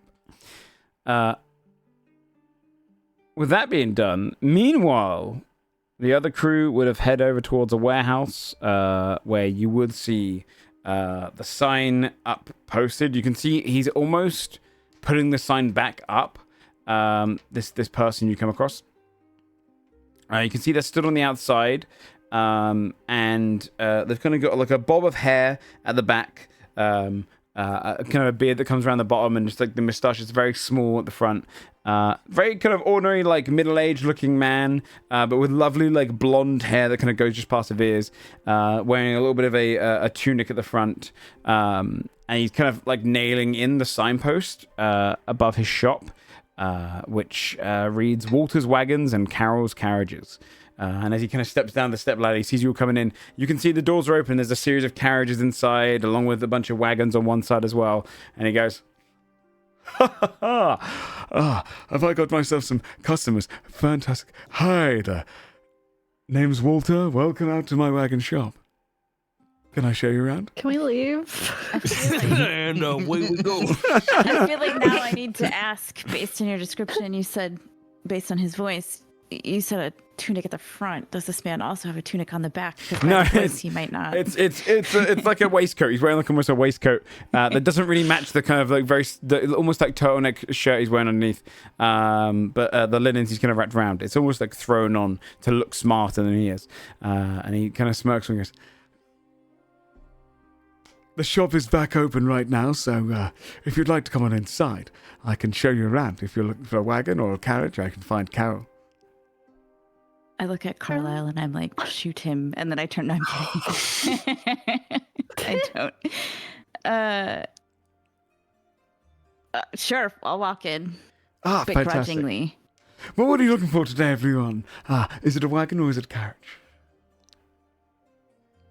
Well, we'd like to look at a bit of both, I think. Bit of both. What would you like to start with? We'll just start, from the left and let's go to the right, dear. And, okay. Are you looking for more the magical options or just your standard run-of-the-mills? We've got a Turnmeister 5 over there, and he kind of points over to his right, and you can see a very lovely carriage, wagon, is embedded over towards the warriors. This one's, it's a classic, it's your standard wood, oak bound, but reinforced steel around the corners, make sure it's nice and sturdy. 3 wheels, of course, easier to turn around sharp turns. Yeah. Yes? I'm not interested in anything standard. Let's go the magical ones, please. Finer taste. Great to see. And he turns around and kind of walks back into the back portions of the shop. And he kind of pushes past. He's got beads hanging down from the ceiling of this kind of barn. Beads. And he pushes them aside, even though they're kind of very sparse in the middle. So he kind of mostly does it for show. He goes, come into the magical section here. We've got the wagons over here to our left and then the carriages over there to our right. And you see, he looks over to the left and goes, for our modest option here, we have what I call Walter's Weightless wagon. And he points down to a very nice looking kind of solid wagon. No back to it, just kind of open top, darker wood. 4 wheels on this one. He goes, of course, all the wagons and carriages can be refitted with new wagon wheels. We have the gripping ones if you want to go up vertical surfaces. Each one of those is 50 gold per wheel. Fitted by us, of course. But I like the idea of grippy wheels. we have the modest option, my waitlist one. This is 500 gold. Anything you place on this cart will actually weigh 10 times less. So if you've got some heavy hauls to pull along, this is the one for you. What kind of price range are you looking for? We've got a deluxe and a supreme option. What's a supreme, dear? Oh, that's Walter's winter box. He kind of steps back a few steps. This is 1,500 gold. It comes with all the same commodities as Modest, but it has a weather control within it. You see, you got kind of like a linen top, so it's like a closeted way. In this one, everything is a little bit more kind of nailed down, but it works like a cooler.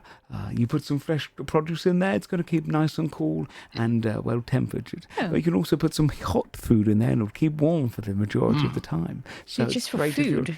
Yes, if you're looking to do some merchant selling and moving some cold foods without them going rotten between towns. But I think also Walter- on this. I'm interested in where there's actually 2 of us aren't. There's 6 of us, dear. And all 6 of us would like to fit into the carriage or wagon. So do you have anything? Wagons are more for just carrying goods, of course, but carriage Right. options, once I get Carol, she can help take you through those. But over here, and he steps back, this is our supreme option for the more pricey fellows. Walter's World Holder, 4,000 gold, comes with all the same commodities above, with the option to turn the temperature on and off, but also anything that's placed in here, watch this, he takes a chair and he places it in the back, and you see it go and becomes small or condensed. Anything placed into the back of here becomes tiny, unless it is people. massive in size. Doesn't work on organic matter, unfortunately. Oh. We don't really, that would be unethical. But anything becomes much more small in here. If it's much, much bigger, gargantuan, it becomes small in size, but otherwise, a great way of storing all of your needs. You're doing a moving house between 2 towns, this is the way to do it.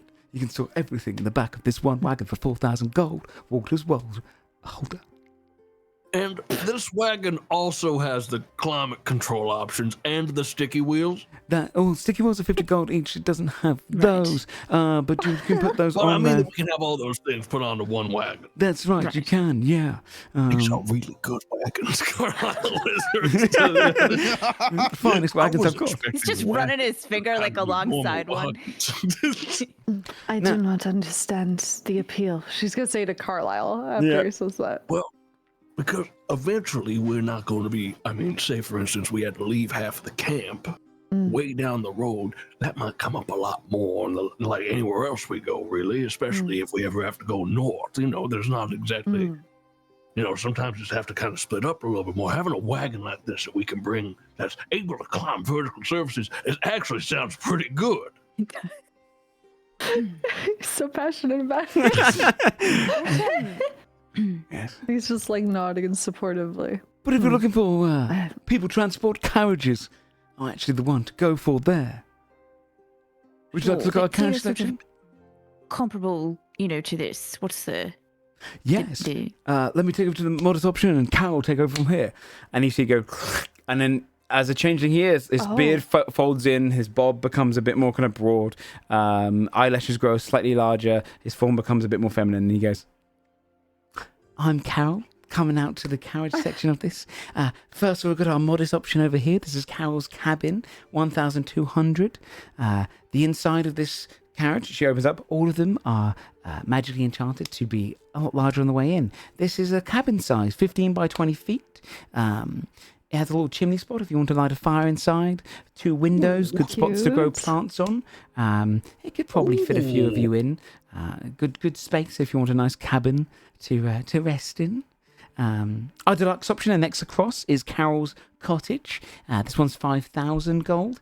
The inside of this one is 25 by 40 feet, but it does come with an internal temperature gauge that stops intense temperatures from coming inside and keeps everything nice and cozy on the inside. Also comes with 2 unseen servants which are bound to it that will cook and clean if provided, and it has 2 separate rooms and a living quarter. And finally, if you want our... These would come... We could get grippy wheels on these as well. You can indeed, yes. Of course, the carriages come with 6 wheels. The supreme option is Carol's Castle, 15,000 gold. The external portion of this carriage is built to withstand way more damage. It can float on water, is immune to fire and cold damage. Inside is 3,000 square feet, 6 rooms, a dining room, living quarters, a kitchen. Has 12 unseen servants, which will produce food for you each day, depending what the carriage is parked on, the kind of climate around them. The carriage pulls itself, no need for any animals. It can go the same speeds as a horse as well, and also comes without the. You can't be. This is crazy. You can't. For any of those who are worried about magic and having your internal privacy pried upon, it can't be scryed into. And if you ever leave it for a long period of time, you can simply blow a little whistle, and it will make its way to you if you are within 10,000 miles. Oh my! Holy shit! Carlisle's gonna lean over to everyone.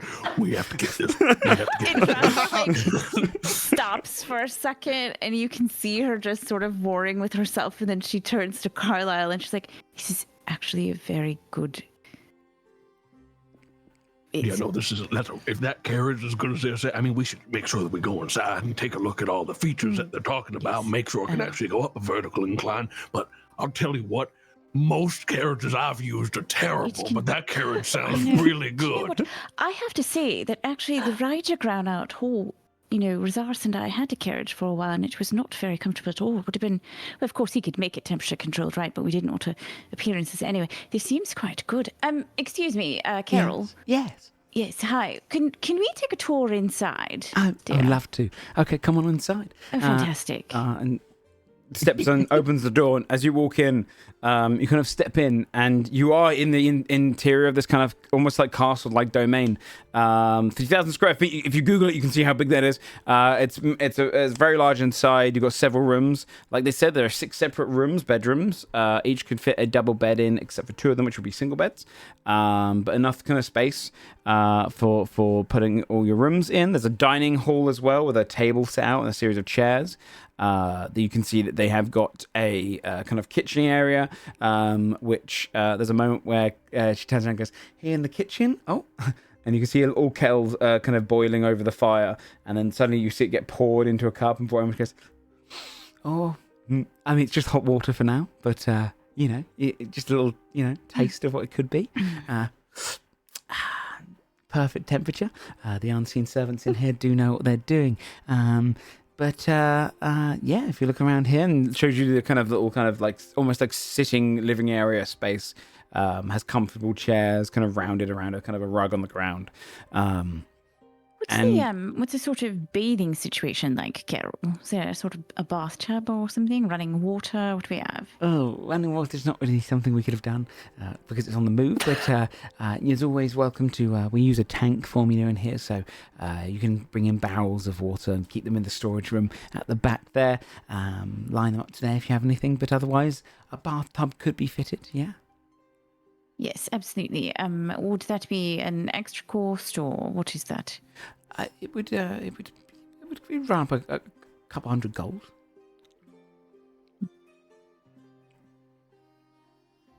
Though I will say, She kind of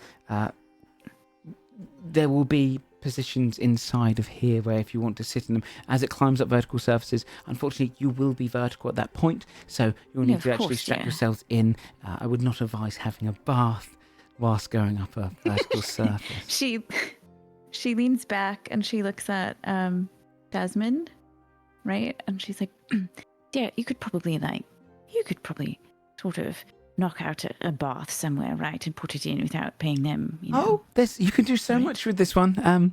Of your own internal decorating. We can remove any of the furniture. Comes furnished, of course. So, yes, I have a question. Yes. If we have to be strapped down, if we're ascending a vertical incline in this carriage, yes. Is anything loose that we have, say, for instance, in the carriage at all, also going to be kind of flying around every which way, depending on our incline? Like these soft furnishings, these cushions right here, would they fall? The cushions might fall, but all of our main for pieces of furniture, such as the beds and whatnot, she goes over to one of the chairs and she goes, and you can see it's almost got these like suckers at the bottom. She goes, everything is pressed down, so it can be moved positions, but it is designed to help out with you if you do decide to grab our gripper wheels, which we do highly suggest because, hey, sometimes roads are slow and you want to just go straight over the mountain.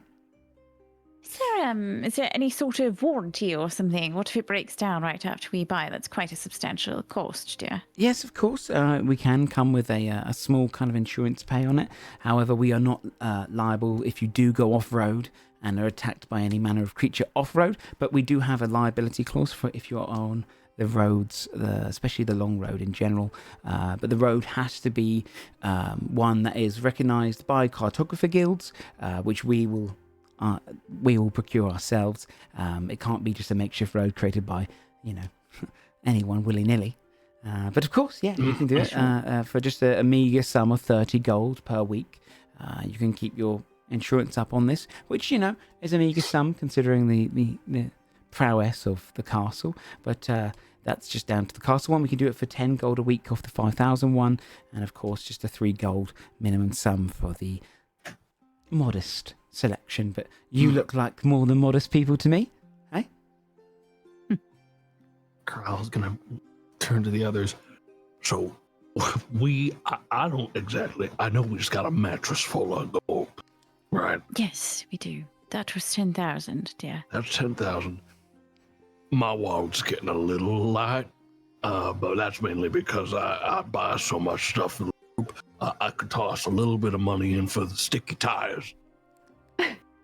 I think we just we've got to sell all that stuff that we've got, so we should get all of that together and take care of that post haste. Yeah. But I'm sure between all of us we've got enough. I gambled most of my money. You what? Wait, when? Vandervols. Wait, you what? Yeah, this cube was pricey. Oh my god. Oh! What did you... Oh, Vandervols' new gambling ring he made in the middle of camp. I forgot about the gambling. Right. Well. I think we're fine, right? Also, I don't know what was it? 15,000. 15,000 gold. How much is it? And I'll tell you what. Because there's 6 wheels, right? I'll throw 2 wheels in for free. So it'll be 15,000 gold, 800. Okay, so 10,000. I can toss in 1,000. Wait, 15,800. I thought we said the grippy wheels were 50 gold each. Yeah. 50 what gold. So 15. You're right. Sorry, I haven't done this in a while. Yeah, it'd be 15,200. Yeah. Do you mean you haven't sold anything in a while? Well, actually, I don't know if you saw, but I'm a changeling and had to keep my head down the last couple of months or so. So Sure. We're back over in business, of course, though. So myself and Walter, we're back in the cell. So this thing's probably going to be gone by tomorrow. Is it? Yeah. Got lots of buyers in the area. Lots of new nobles moving into the area now. Insight. We don't actually have time to 30. Now we could wait until tomorrow to purchase it. You can see that they are definitely going full salesman on you. They have not. They don't have any buyers at the moment. They were opening up the shop for the first time when you guys came over. They've been shut down for a while. Do you know? I'm sorry. I'm maybe a bit confused because I'm not really from Songrest, Sure. but Sure. where are all the nobles? Are they here to purchase a Well- wagon or a carriage Well, tomorrow? no, not necessarily. Most of them are dead or imprisoned as of last night. Oh. But you know what that means? If they weren't buying it before, Fewer buyers. you. new buyers coming into town soon. Lots of real estate up in those the lower plateau for the So ranch soon. houses. So if we waited until tomorrow, it'd be absolutely fine. Well, word on the street We is wouldn't- there's some expensive folks coming into town nowadays, and now that it's open again, I'm just saying, why risk it? You know? It's like one of these fucked up things where it's like we can haggle forever and fucking jerk to this person, but I almost feel bad because it has been so shit for them here. Yeah, to for just sure. buy I this think- thing. Also, Indrasa is very much like, I don't know, 15,000 gold sounds totally reasonable for a carriage. I have zero, her Yeah. view is It's a skewed on good how much carriage. things cost. She's This just feels like this is like one of the first times that we're buying like a magic thing, and I'm like, this actually feels like the realistic price for this thing, and it is very Yeah. convenient Are you- and good. Mhm. What I'm hearing when you say that is that you feel like Joe generally makes shitty magic items. You between I just want you to know how I read that. Yeah. to completely comical what they're asking from And you. this one's actually this good. one I feels agree. realistic. Although This one you guys actually were is good. saying the one that Bree ate genuinely changed you. Like it's like the equivalent of eating a fruit in real life that turns you into an angel. There's a reason it came with Life-changing. it was you know I'm sure Yeah, there'd but be only one person benefits from that. Sure, then but it's if you there's had like the glue, man, then there's the glue, and I don't know when that glue is ever gonna get. Yeah, like, that's a true. fucking legendary That's true. glue, man. Like I don't know. you know You gave the glue back, didn't you? Yeah, I know because it never came up. I had it for like 3 sessions, and there was never a time to get someone to hold still for a minute for the glue to set. I think I still have that cloak. I don't think I gave it back. I'm still carrying it. Oops. Yeah, I don't know. We've got it. I mean, sure, let's buy it. I don't know. I'll pay for the wheels. all right. Do you both fight over paying for the I wheels? have 200 gold. at Holy least. moly, kiddo. I don't have very much because I had to buy a bunch of. I may have a scrolls. I don't slight have very much. gambling problem. And like I said, she grabs a burning torch from the wall and just goes like whacks it against it. Totally withstands it. Absolutely fine. You know. Worried about I a cast wizard throwing a fireball. No, I'm kidding. yeah. You know, you got any of those fires in your little spell book there? Send it against it. It'll stand it. Yep. Drop this bad boy straight into lava. Little spell book. It's gonna withstand it all. Don't leave the door open during such a thing. Again, not liable for that. So we're looking to make a deal. 15,200.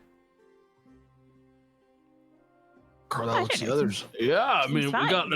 we got this mattress here, and Takes- Carlisle yeah, takes- opens up the bag of holding and a whole mattress gold pours out. Oh, fantastic. So that's 10,000. Right. Okay. You got a second bed in there. I'll put 1,000 gold of my own for it. I only have I need a little bit so I can afford like potions and stuff. Yeah, So I don't want to completely. I don't even have a little bit because I made a bunch of scrolls and had to spend on What, are them. you guys more broke than me, turns out? I have 7,000 I'm a wizard. gold. I have to but like. technically- is costs a carrying a lot. massive pile Well, of money right now. It's because I'm technically holding. Oh, you're holding what's his? You're Benji's holding Benji's character's money. Yeah. Oh yeah. But Wendy's he never just gave gonna it to fucking. I think let's put whatever in and then we'll figure it out later when we go through the list of stuff Okay. and we can do that off. Yeah, we Out of technically, session. if we had actually remembered to do the thing that we wanted to do originally, Like, we would all have those money right now. pearls, 'cause we have, would have like- gotten rid of yeah. a million magic Yeah. items, and we just didn't I'll do put it. in 1,000. Okay, so that's at 12,000 now. Yeah. Okay. I can put in however much we want. I don't even Put in have that all to of put in. Benji's money, please. put in, all yeah. of his. Please, please. I'll fill in the rest, I guess. So that's 3,000. 1,200. 200? Was that right? Yep. Okay. Okay. She bars all the gold, which is mostly coming to gold piece. She goes, okay, yeah. Bags a bunch of it. Okay.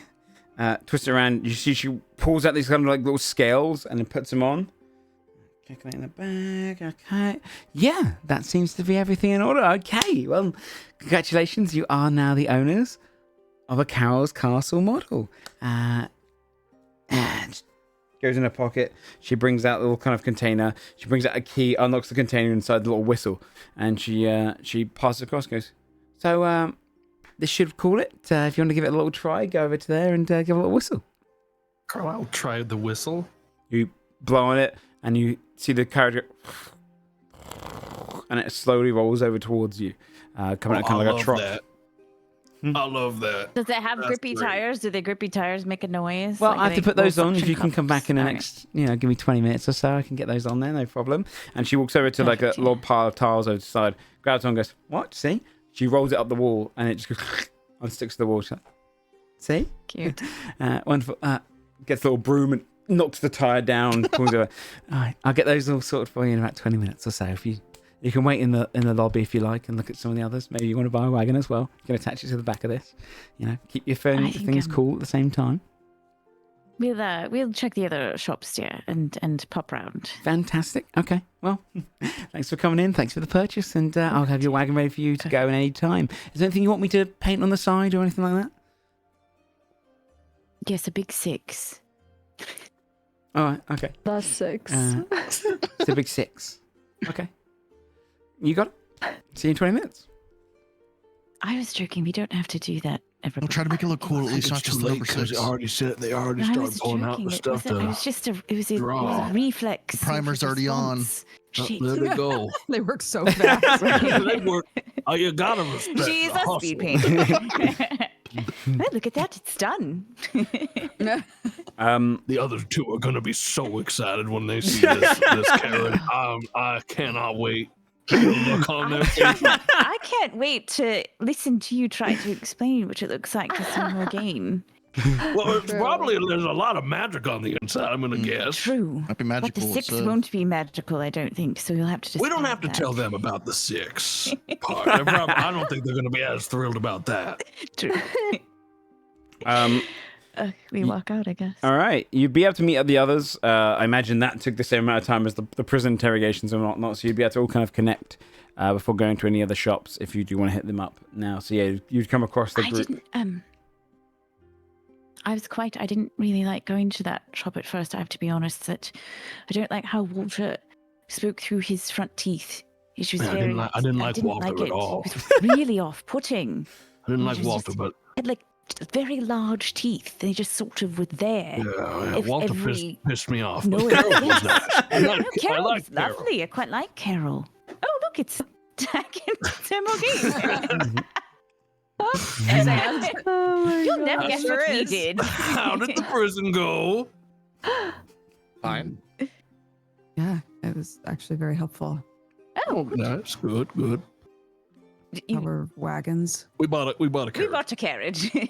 It's really nice. Wait, It was why? 15,000 gold, It's hardly nothing. Oh, but it's why? a good carriage. Why would you buy that? What do you mean? I thought they There were just were a big lot old- It Oh, can go when up you vertical when you surfaces. see everything it can do, you're gonna understand exactly Honestly, about it. All right. I don't think you I should did even not try get to it at explain it. first, You should just see it. but it is. It's But we've got- It's good. They're putting Won't on have to camp special. outside anymore. Yes, they're putting on special grippy tires so we can go up vertical surfaces. So we've got 20 minutes to wait. We'll go to the other shops and then we can come back and you can see it in all its It does glory. more than just that, also. It's Yes. not just a grippy carriage. It drives on Climate its own. It doesn't even need control. horses. We can call it with a whistle. No horses No required. scrying. Fireproof, ice-proof. How long did it take you all to rehearse this farce? Oh, it was no rehearsal. No, it's real. It's real. The whistle's right here. Right. Yeah, no, this I would is call real. it, but I don't want it to come out with one sticky tie. Do a zone of truth. Do a zone of truth right now. You'll see. I'll stab myself and use it right now. Crazy. Oh my God. Believe you. Right. So it's the next shop anyway. Okay. That sounds like a charm one. Yeah. Didn't you just spend all of our coin? Why would we go in any other We just shop? got Wait, 10,000 no, for it the wasn't mattress. our It was- coin. It was the mattress's coins.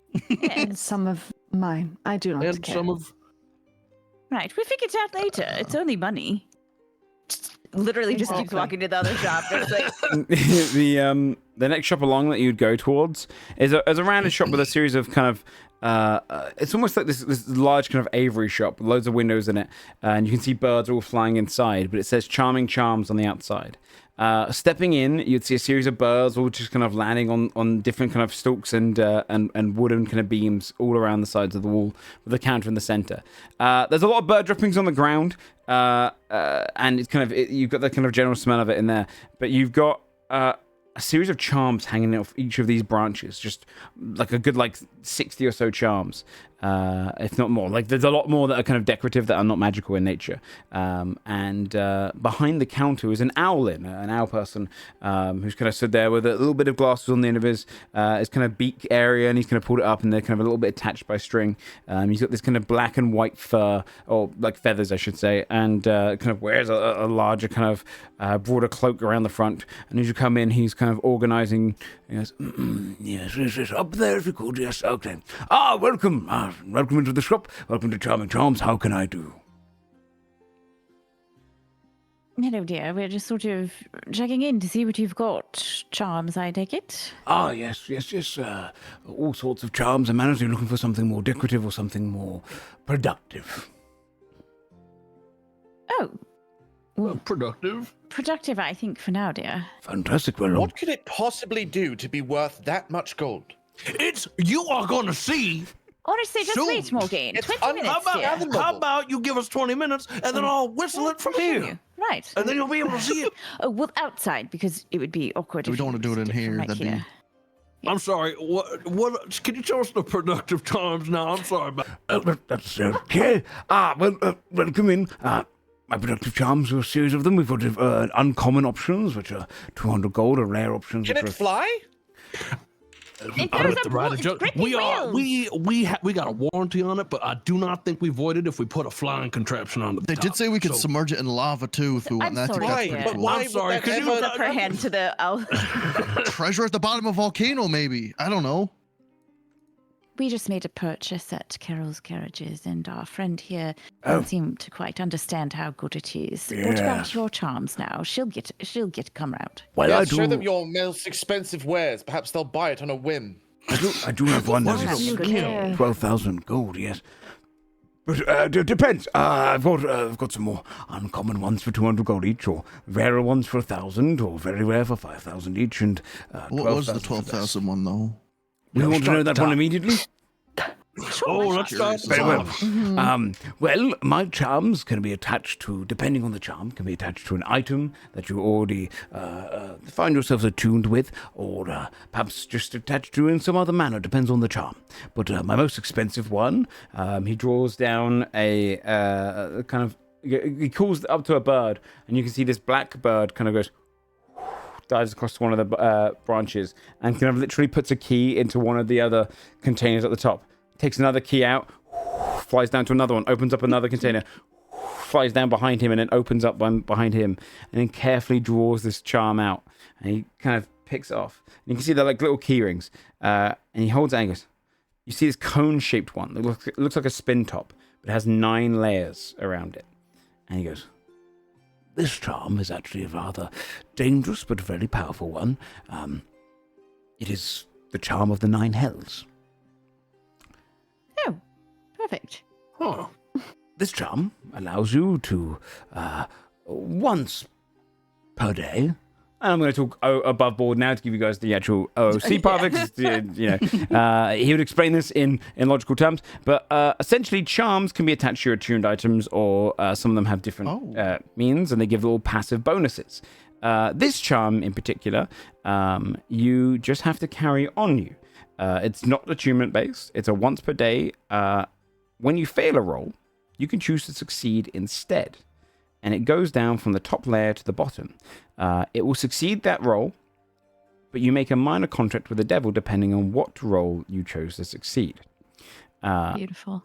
The devil contract will be based on the roll. So if it's a death saving throw that would kill you, for example, it's going to be a much bigger contract than if it's a persuasion check to get a discount or an item. But you get 9 uses of it, and it's each with a devil from each of the 9 layers as it goes down until it gets to the bottom. Interesting. That's cool.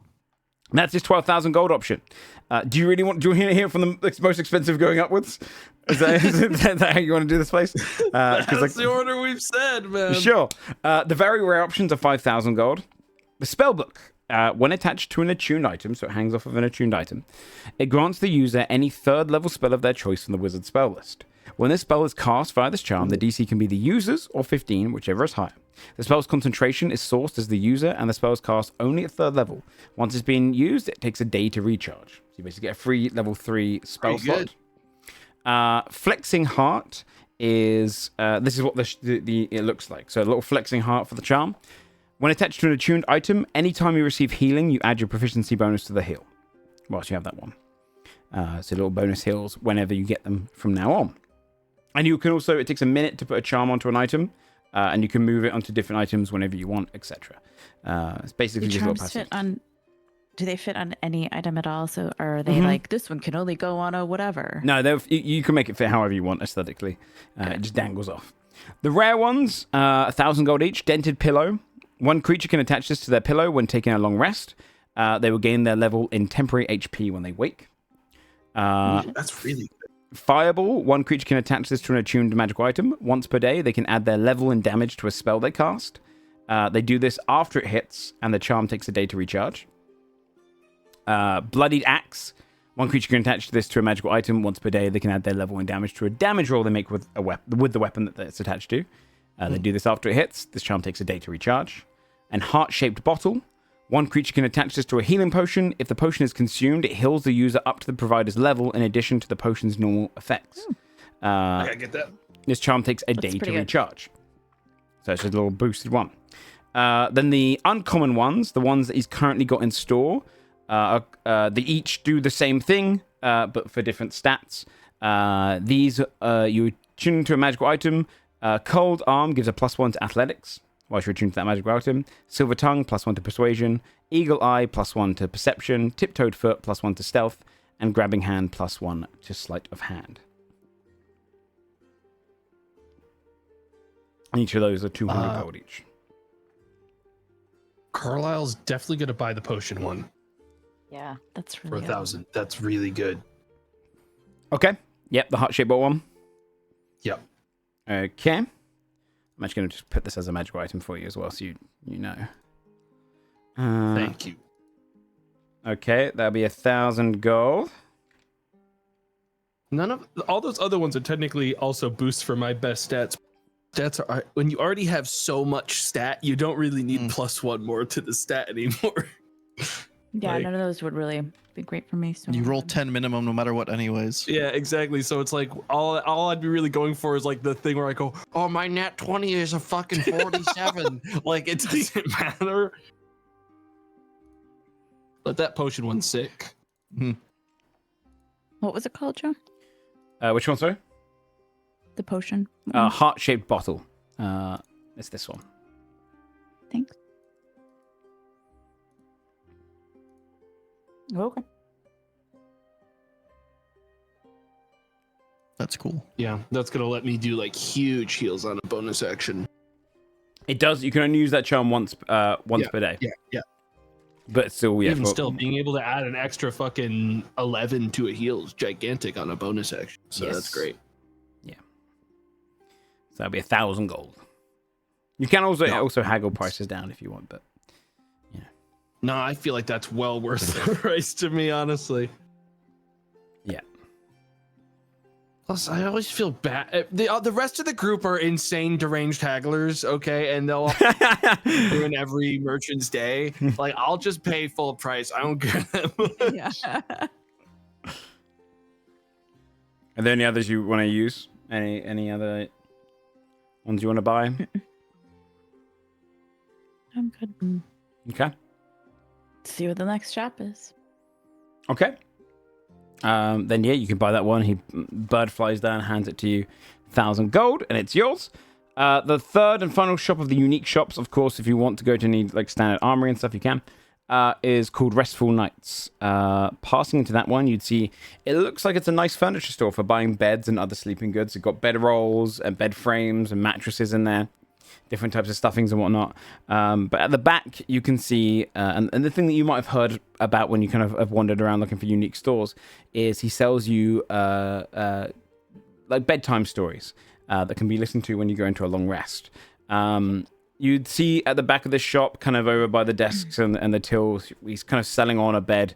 You can see a couple of people buying a new bed frame as theirs kind of got smashed in the night, and they're kind of buying some materials for that as well. And some people are selling some of the stolen goods they took from down in the mansions. So he's kind of dealing with some customers before you guys get to the front. But you'd see this, you're probably in his like early 30s, very curly brown, light brown hair,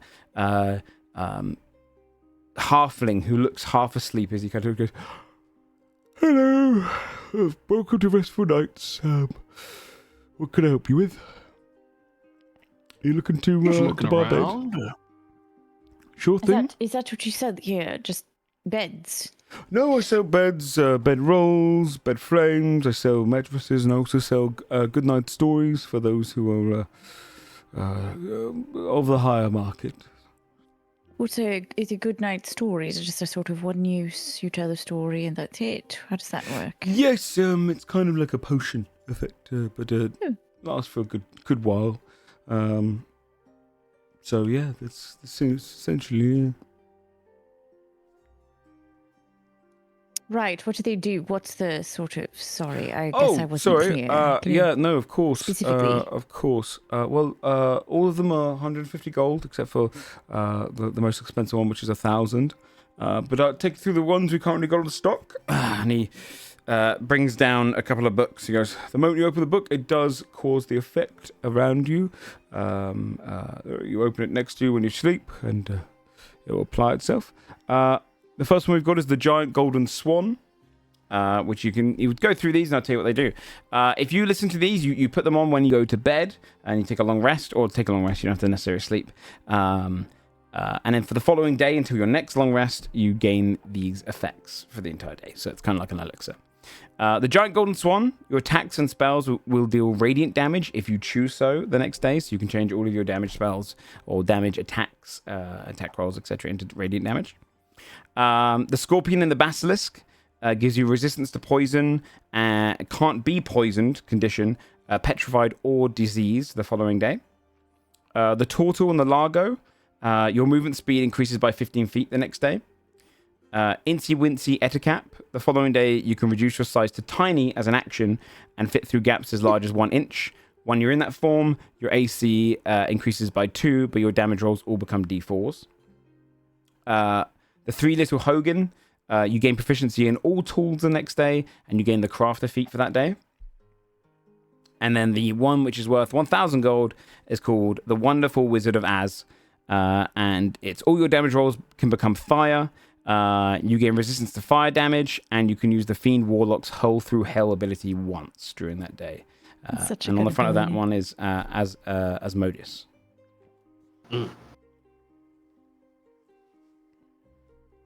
Right. Okay. And you also sell beds and mattresses, yes? Yeah.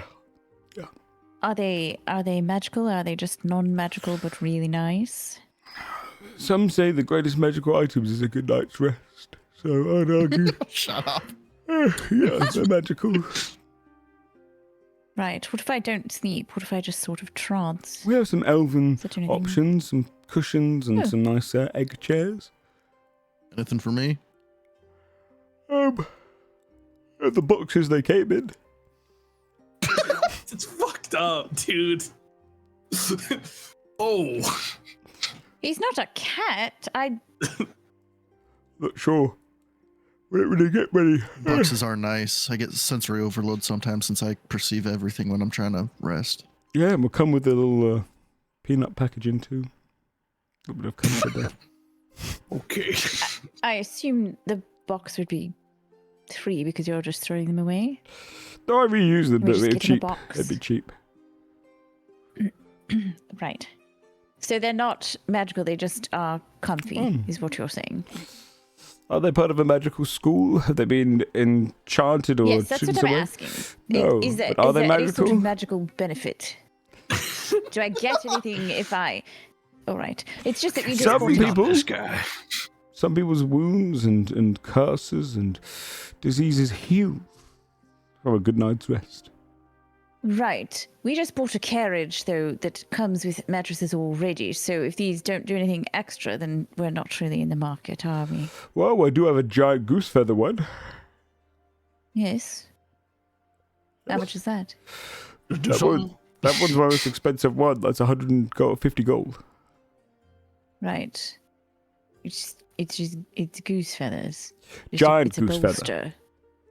It's just one feather. No, giant goose Just one feathers. feather. Oh, right. And if you use it, you just get a good night's sleep. Is what it A is. great night's sleep. Really. I mean, that is important. That is important.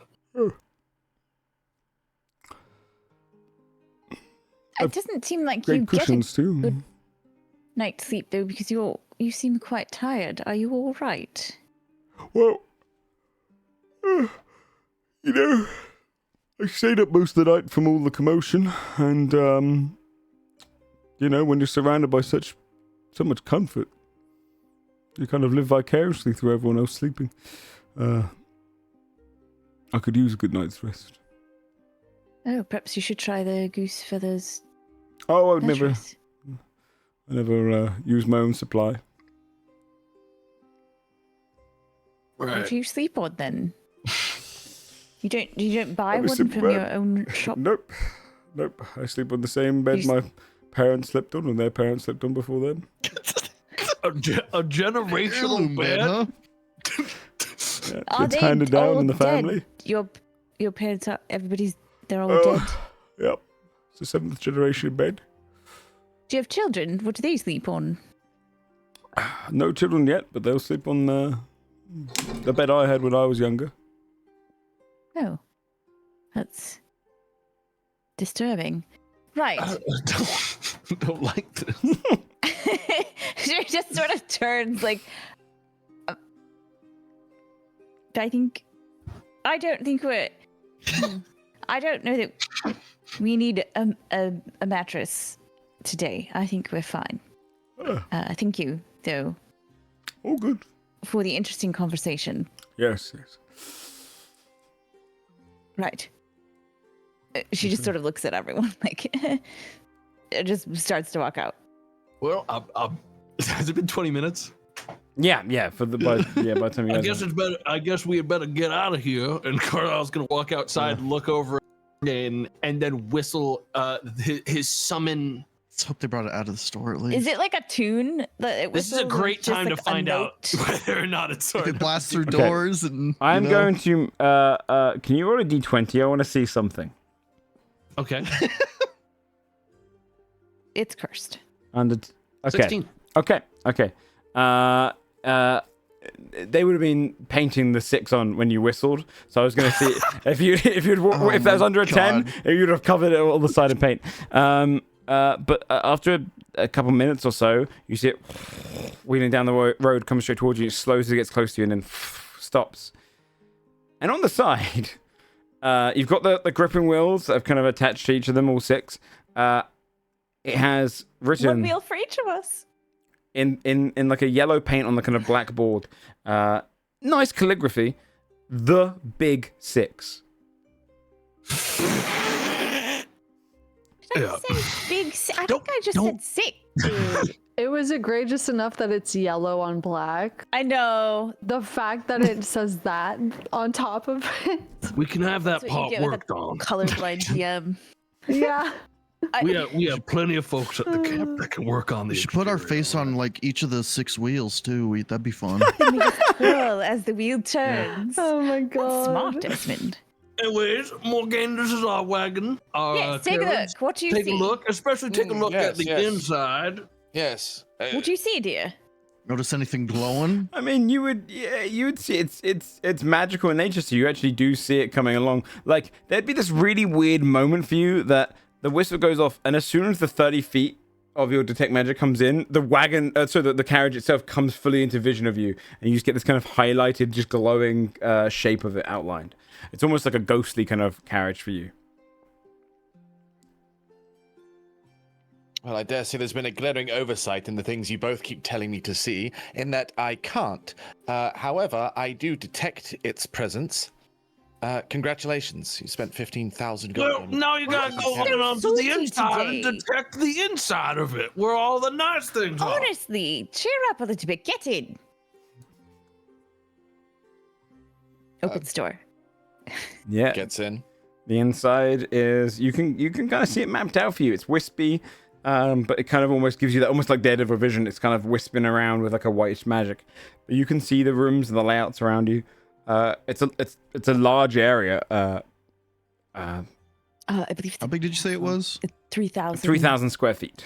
Good lord. We got space for everything we're ever gonna need if we need to split up from 6 the bedrooms. rest of the caravan. Fit a nice bath. Climb Unseen vertical servants. inclines, You'll sticky see them. wheels, 12 unseen servants. Each temperature get 2. control. I'll make some No Velcro need for like the no need cushions for so they don't horse. fly off. Yes. What if we They're just sort of... speechless. Look at them. I hope we survive to use it, given the challenge in front of us. We're going to survive. Why are you being so grumpy? I just think we should be a little more focused on the more pressing issue than spending our fortune on a magical carriage. Short-term thinking is Well, it you have wasn't to our be thinking fortune. of the Most next of it step. was. This is the Most next of it was step. from the was mattress mattress money. To be honest. Yeah, it was mattress money. It was Quilix money. It's What fine. does that mean? It means we got it Quilix from the money that we mattress. got from his mattress. He was squirreling it away. He had 10,000 gold in there. I don't know who that is. Do you... Oh, you didn't go. Did you go in the room? No, you didn't. It was the No, I spectator don't deer from the library that Tack saw when we were going through the bags of holding, and then I he see. was the one that wanted the Weeping Hills. And now Yeah, he's he had a dead. mattress full of 10,000 gold Yes. by the mattress. So it was basically free by that It was logic. 5,000 gold. Yeah, basically free minus all the extra money. These surprisingly deep wallets. Full of money, that wallet. You can see this kind of little like almost like a cork board kind of gets brought out, and it's been carried by like invisible creatures, which you'd almost see manifested Morgaine. You would see this kind of outlines of these tiny little creatures, which almost look a little bit gremlin-y in their kind of appearance as they kind of move along. Okay. And they carry and they place up on this peg, and you see one of them. For others, you can just see the writing appear. And at the top it says, favorite food items of our new owners. And then they kind of write, kind of like they draw little kind of lines for you to put your names there. And then they leave the chalk there, almost suggesting you should put your favorite foods on this list and you have them made for you. And they kind of would wander. like thank the figures, which might be weird to Yeah, they everybody kind of else. turn and kind of dash into the kitchen. Not used to being seen. See, that's fancy. Pretty good. We'll have to see how the food is, but I mean, That's a fair point. I wonder how long it takes. Piers.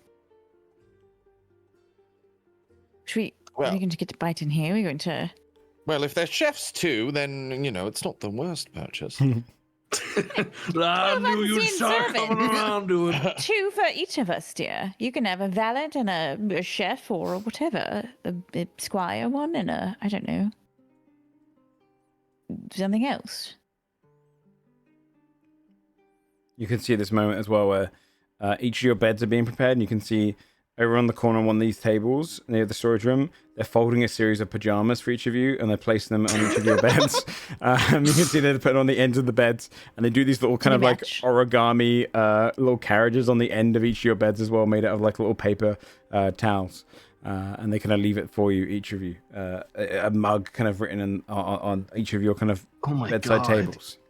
Is there a chocolate on Maybe the pillow? best purchase we've ever made in any of the campaign.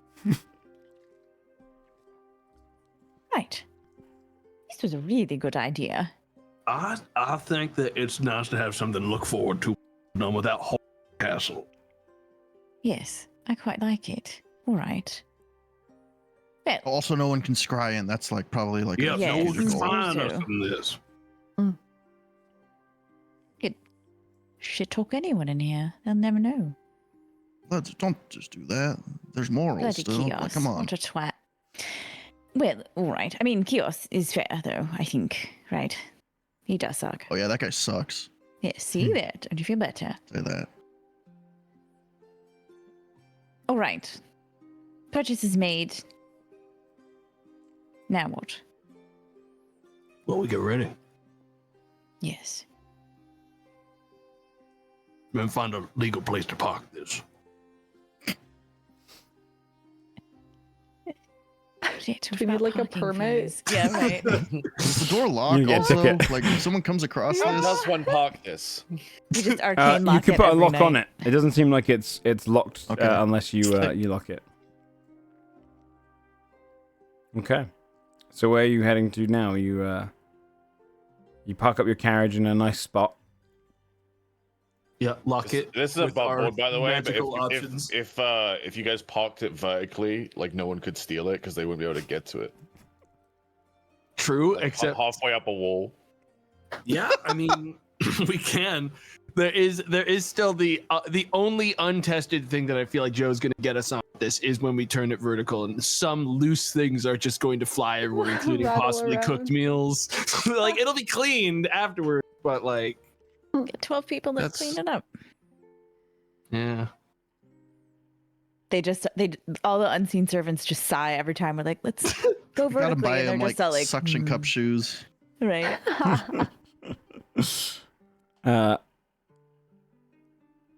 So you park it up though.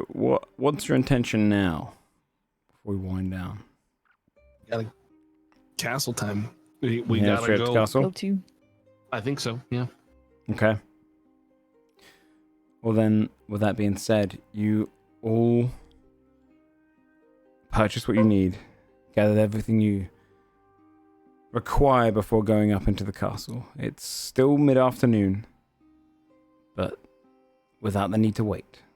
Everything in hand, you begin the ascent up the winding valley path towards the great reality bubble that encompasses the castle or Songrest, to face Chaos in his kind of home territory, and whatever dangers lies within that castle.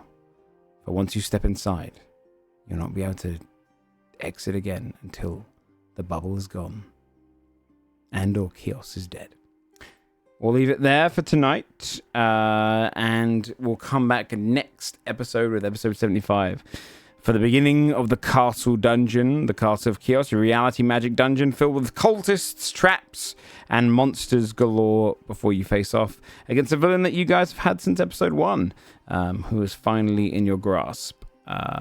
It's going to be a difficult one, but you guys are tough now. You got lots of magical items, you got lots of stuff, and it's going to be a little bit of a painstaking gruel through there, but it will be a final act of this portion of the story. So we'll come back next episode for that one.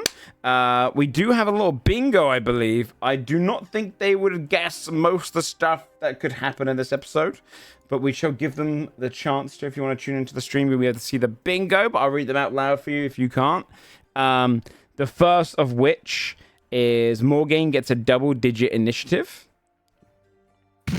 What initiative did Morgaine You get? got a 1. I got one. That's fucked up. Well, that didn't happen. Kios gets a villainous monologue. Actually, yeah, you guys scryed He it. did, yeah. Yeah, you He guys had a you little- looked through the true. club. Oscar-worthy NPC performance.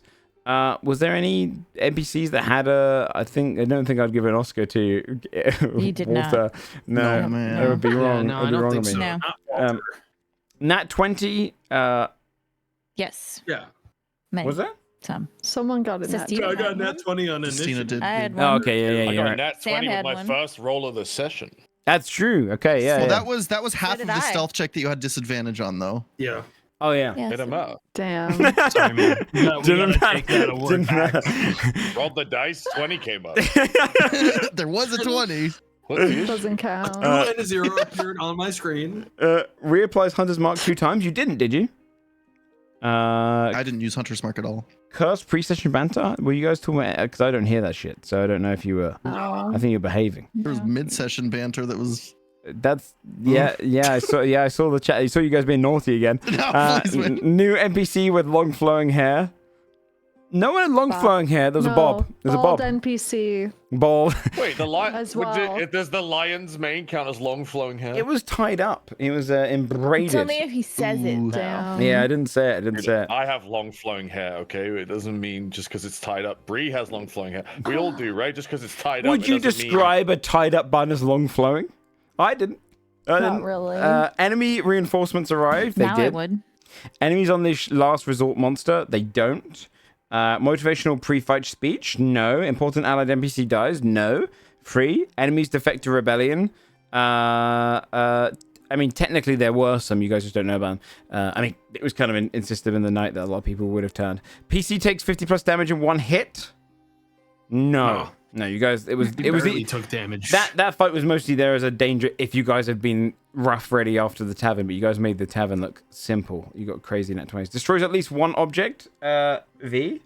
I don't think so. No, I think you've been good. Did DM? I? No. No. My wallet. I didn't give you a Sophie's Choice today this time. I think you guys are straight-laced right now. Walter, Carol. That's true. Yeah, it's true. You did have a wagon or a thingy. Hits a huge AoE, 6 targets. You did. You didn't. You killed 5. Didn't kill the 6th one, but you did hit 6. Oh, that's right. Yeah. Dramatic late entrance. Yeah. Zoomed in there and gave that thing. Saves NPC's life. No, you guys were the only ones up there. At least one Helm's Deep reference comparison. No, did I make one? I don't think so. 30 plus ability check, yes. Color-coded NPC combatants, no. You put red on some. That's only to remind myself I got advantage. I didn't actually do the whole split these guys into red, these guys into blue this time. PC goes to 0, no. PC takes full damage. No bingo, because I think they thought it was going to be a little harder than it was, but you guys had already defeated the hardest portions of the fight night. But that's what we are waiting for. The castle to begin, where things will get a little bit tougher. Some of the fights in there are going to be a little rough, but fun, and I'm sure you guys will probably work out any tactics I put out there and make them look easy. So, any health rolls you made, by the way, let me know ASAP, and I'll fix up all your character sheets. Otherwise, let's do some shout-outs and call the end of the episode there. Should we start with OLG this time, because Dodger is gone, and go around that way? Hello, I'm OLG. I got a 6 on my D6 for health, and I have +3 con, so that's pretty fucking cool. I've now got over 80 health. I'm feeling really great about myself. Yeah, that's me. I do stuff online. Sometimes you can go to those places and see those things. We're doing a book club. I don't know when. We're doing other clubs. We're talking shit. Did you already do the first book? As in, no, I had a migraine yesterday, so we did not. We did nothing. You have another week to catch up. Shayne. Yeah, right. Hi, everybody. I'm Shayne. I'm in the middle of a subathon right now. There's only 4 hours left on it. We'll be starting back up right now. I found the stupidest idea that I've been doing for 7 days. Like, think Amish rules for 7 days with my community, where we're only locked to one job, not allowed to go out of it, and we have to sell our items we gather to each other. It's been way more fun than I thought it would be. Oh, so you're not allowed to sell to traders. That's fun.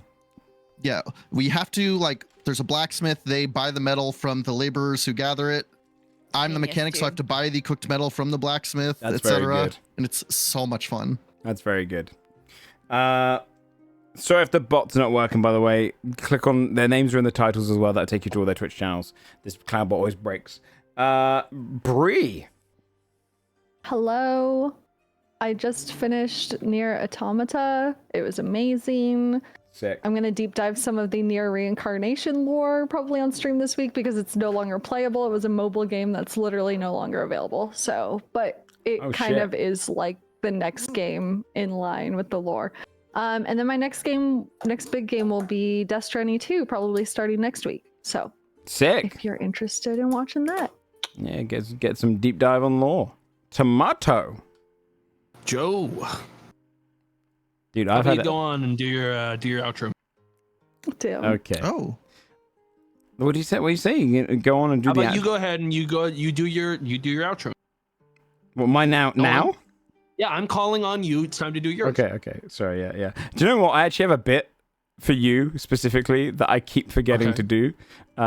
Next episode, someone remind me and I'll do the tomato bit. You see. No one will remember that. No one's gonna remember. You please help. Make a I'll make a note. I'll make a little note. I'll put it in the recap for the next episode. You'll forget. Yeah, I'll forget. Hey, I'm JoeFudge. Thanks for running again, Tomato. You can catch me on this channel. Yes. There's a Patreon. Such a treat, Joe, every time to have you here. Thanks, man. Such a treat. Can you let me do my outro? Okay, I'm not gonna do my outro. You know what? Every time you interrupt me. Hey, chat. Do you want to do every other word for your outro? You could just. Oh. If we could do so, that'd be fun. Yeah, that'd be super good. There's a Patreon, exclamation mark Patreon if you want to get behind the scenes stuff. I think we are taking off next week though because I got a couple people out of town. I've got a little niece's birthday party and stuff, so it's already gonna be a rush job. So it's probably okay to have a week break and then we'll dive back in for the big castle the week after. Sam, Strippin. What else? You forgot you had a holiday tomorrow. Thank fuck I won't see you guys next week. I Okay. need the break. You'll see me on every face of Mickey Mouse that you look at, okay? I'll send you toxic affirmations over Yeah, Discord right? all week. Yeah. Audrey and I Only the Wait, most and over foul Steam, messages. so we get some like yeah. Audrey so and we I get are some taking all our that kid comes to back. Disney. We'll be back next Monday. Fun. Yeah, that sounds really fun. That'll be super Dodger, fun. you can see her on twitch.tv/Dexbonus. She already left. She's gone to bed. She was done with the shenanigans tonight, so she head off to bed. She's so mad about get the her in. carriage. Yeah, we have to have a Understandable. conversation about the carriage. It's broken ties. Yeah. No, go and check out Dodger. She streams most days, early times, and the EU hours. Please go and give her all the love. I'm going to put a little raid in for Shayne, so if you shoot over there, help support him with doing his subathon as he does this fun Amish kind of 7 days to die challenge, which sounds awesome.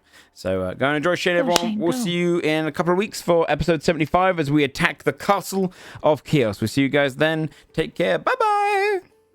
Goodbye. Bye.